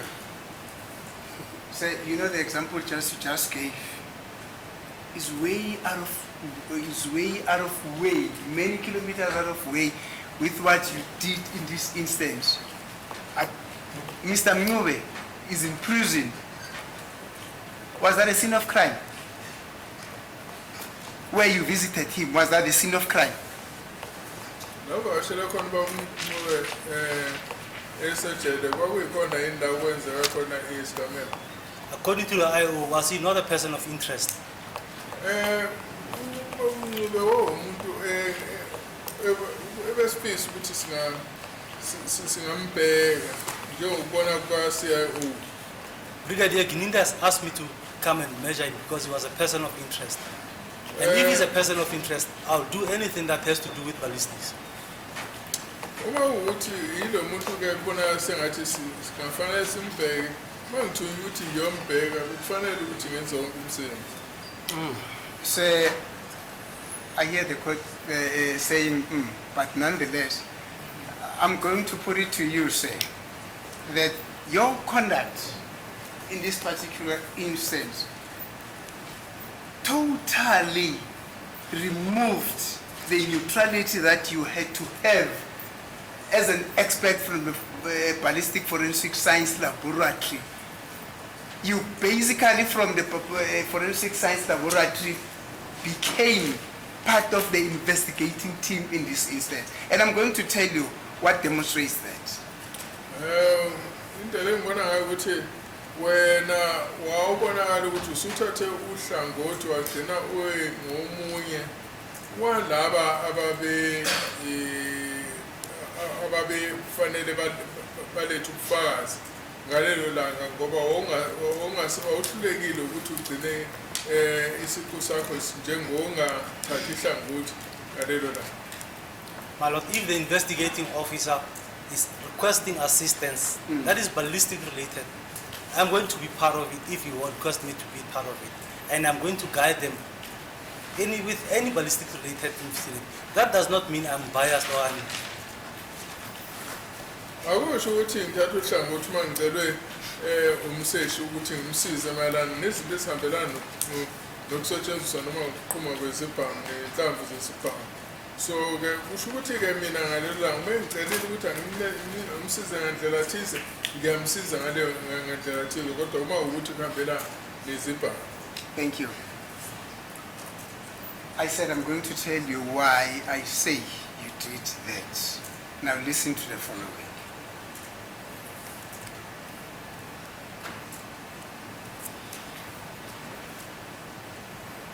You have tried. You went your way.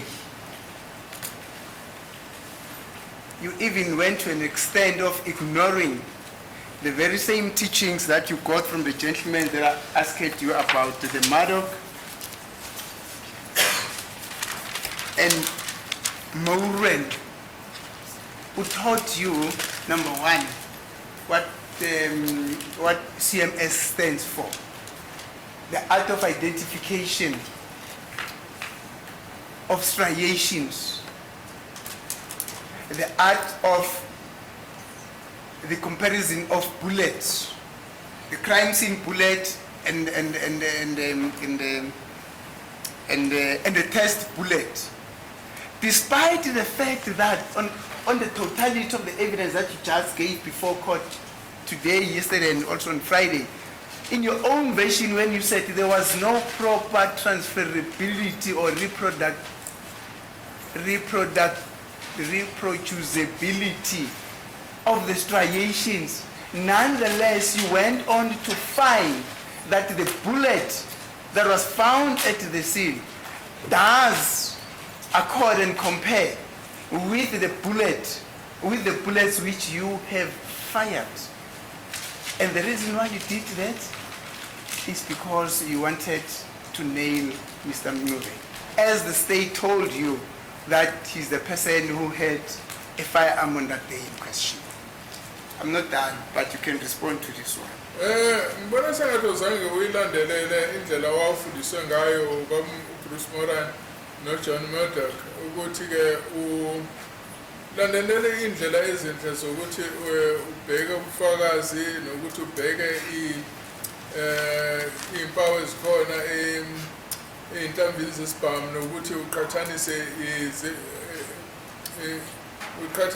inhlamvu zesibhamu ukuthi ubone ukuthi khona yini ukufana noma ngoba kuyabonakala ukuthi awuzange ubone ukuthi kukhona ukudlulisela enhlamvini impawu ezithile kwakungekho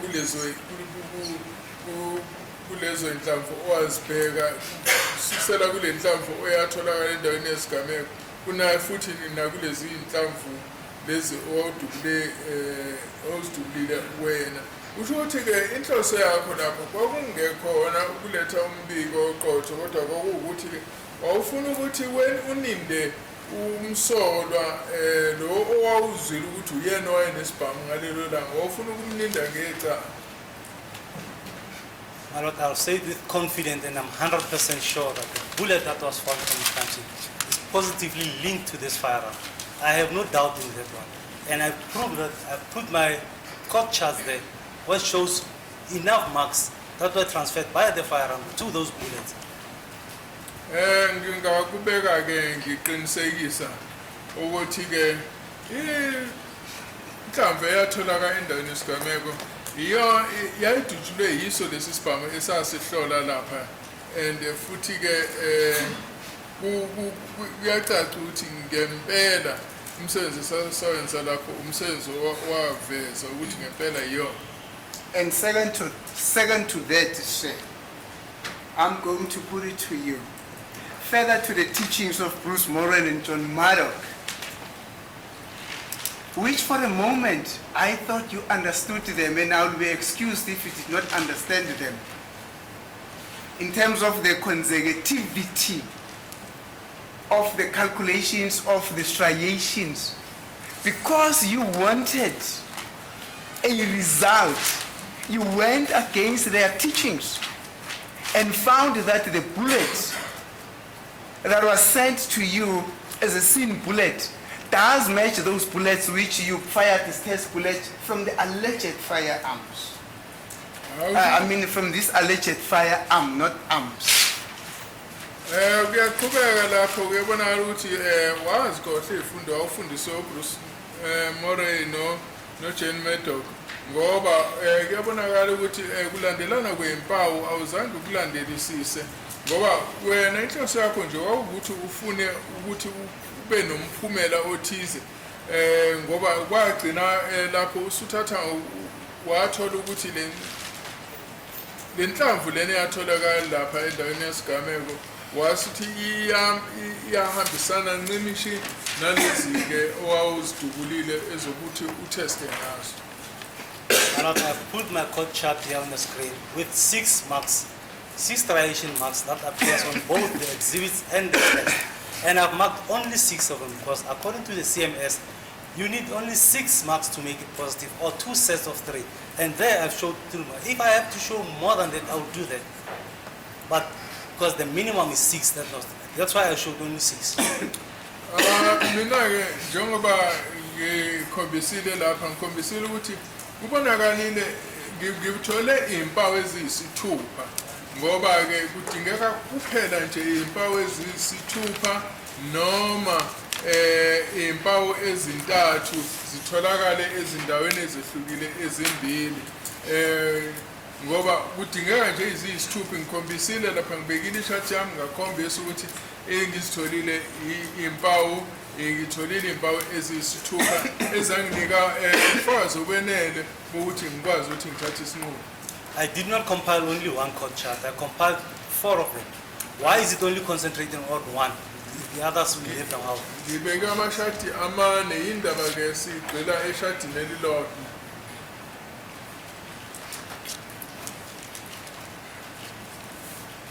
You compiled 4 charts. That's correct. Wathi ubeke amashati amane wathi yebo. So I'm going to put it to you that you only used test bullet number 5 and test bullet number 4. All the charts that you are saying you compiled, 4 of them, they're just the duplicates.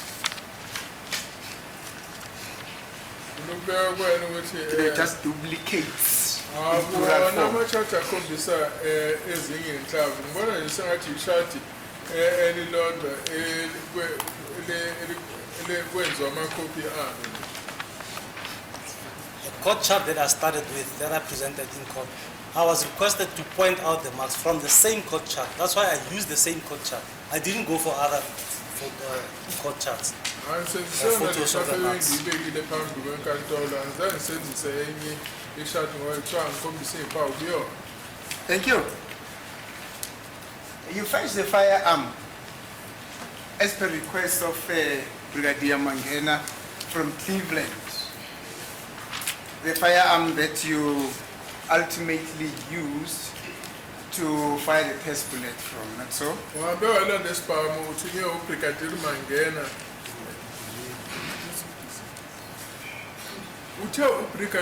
Did you say Brigadier Mangena? No, you I'm sorry. said If I say Brigadier Mangena, I'm saying. So I didn't Maybe know. it's a good omen. You are going to be Brigadier.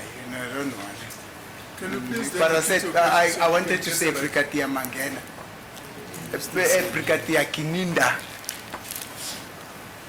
So can you please rephrase your question so that you can get it right?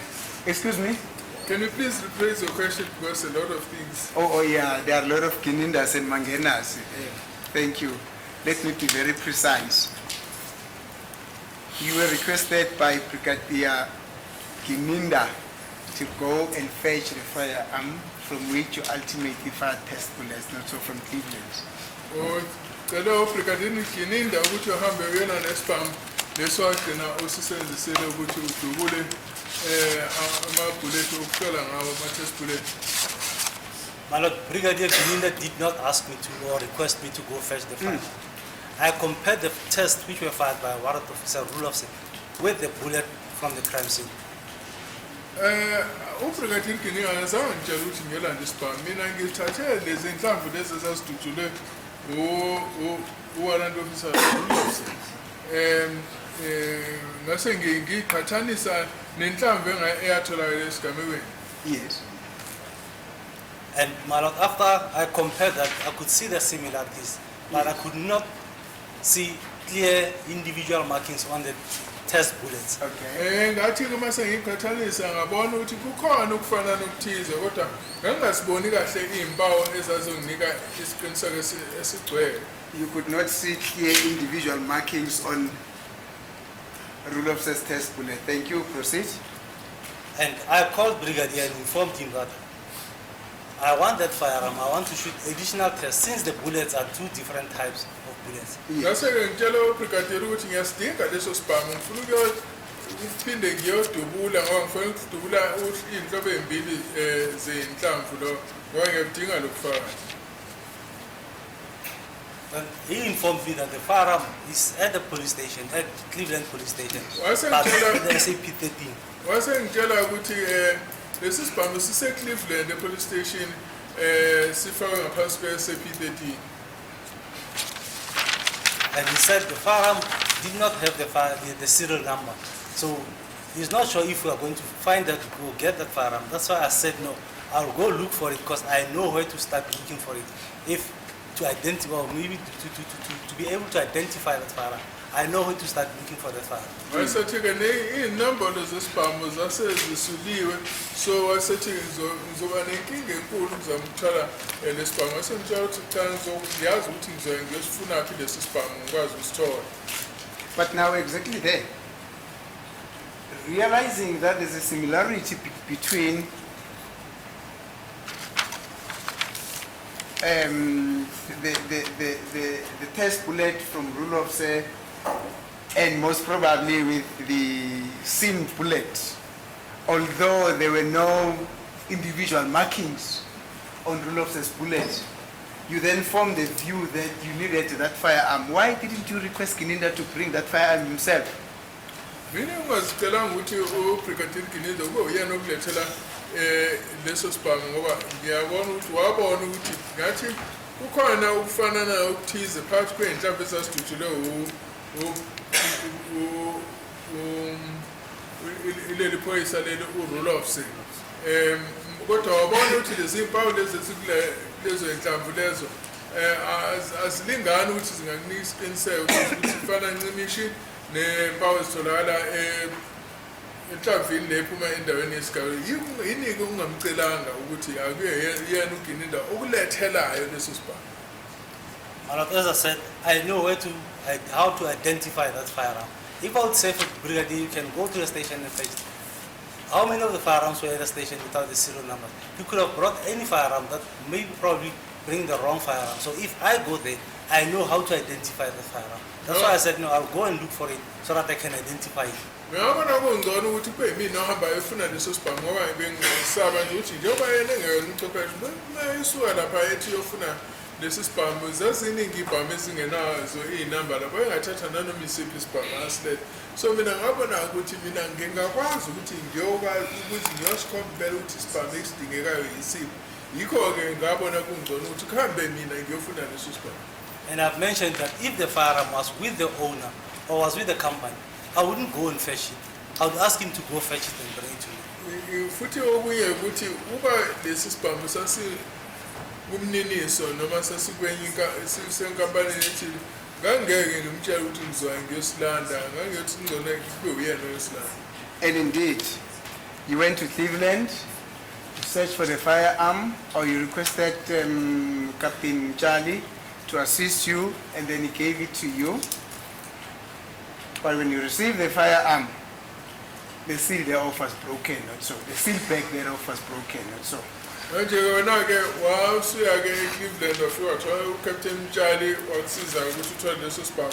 Kodwa ekutholeni kwakho leso sibhamu wathola ukuthi isikhwama leso sasifake kusona isibhamu sasivuliwe. That's correct, my lord.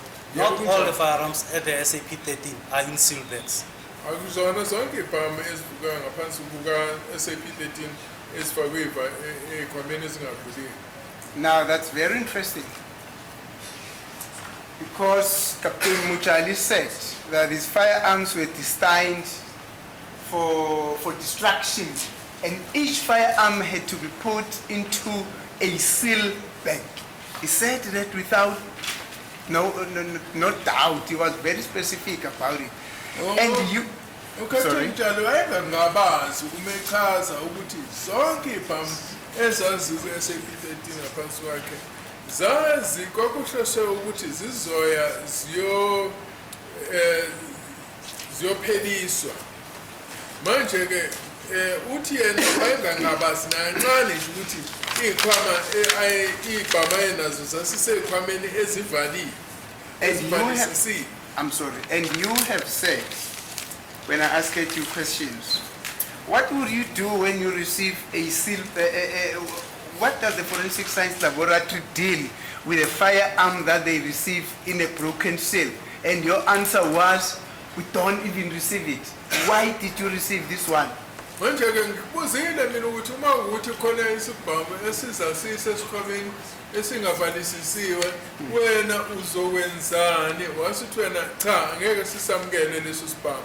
Manje-ke usuyangitshela ukuthi isibhamu leso wasithola sisesikhwameni esingavalisisiwe. Manje ngifuna ukwazi ukuthi wawusamukelelani? When the detective books out the firearm from the SAP 13 to send them to the lab for analysis. They found them, they find them not in sealed bags. They seal them so that they can send it to us for analysis. Now in this case, the firearm is at the SAP 13, it's destined for destruction. It was in a box, but it was still in the bag that was sealed by a warrant officer ruler, so when the firearm goes back to the station. Manje-ke uma beletha ibhamu la kithina awusho ukuthi baziletha ngekhwama ezingavalisisiwe kodwa-ke ngayena uma ngiyothatha lesi sibhamu lesi yabo sasisesikhwameni esingavalisisiwe kodwa sasisebhokisini ngoba zasifanele ziyopheliswa lezi bhamu. So-ke ukusho ukuthi-ke amaphoyisa azifaka kuleso sikhwama kulezo khwama kulesi sikhwama-ke sona sasivalisiswe urulops. So, I'm just wondering if you've got your affidavit where you're dealing with this firearm here. I can't remember now. What exhibit was it? Exhibit? The exhibit where it was exhibited with this firearm.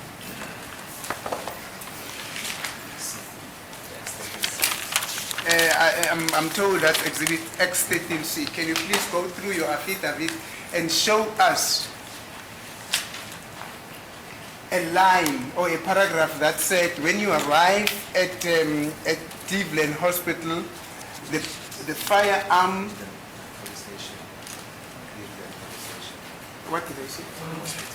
What's happening now here? Yes. What's happening now? At Cleveland Police Station, I'm sorry, my lord. I'm being corrected because I said hospital instead of hospital. Okay. no. I'm saying I said Cleveland Hospital. Yeah, I heard it was just a slip of a tongue. I heard you, yeah. I should have said Cleveland Police Station. But nonetheless, can you please show us a paragraph or a sentence in your affidavit that says, upon your arrival at Cleveland Police Station, you found this firearm that you had to go and fetch there, which was in a box, which was in the seal in which it was sealed by Mr. Rudolphs. Ngisikhombiseke lapho kwa-affidavit yakho ukuthi ikuphi lapho le khona ukuthi wathi kumyolanda isibhamu le-Cleveland sasisebhokisini lalivalisiswe uRudolphs.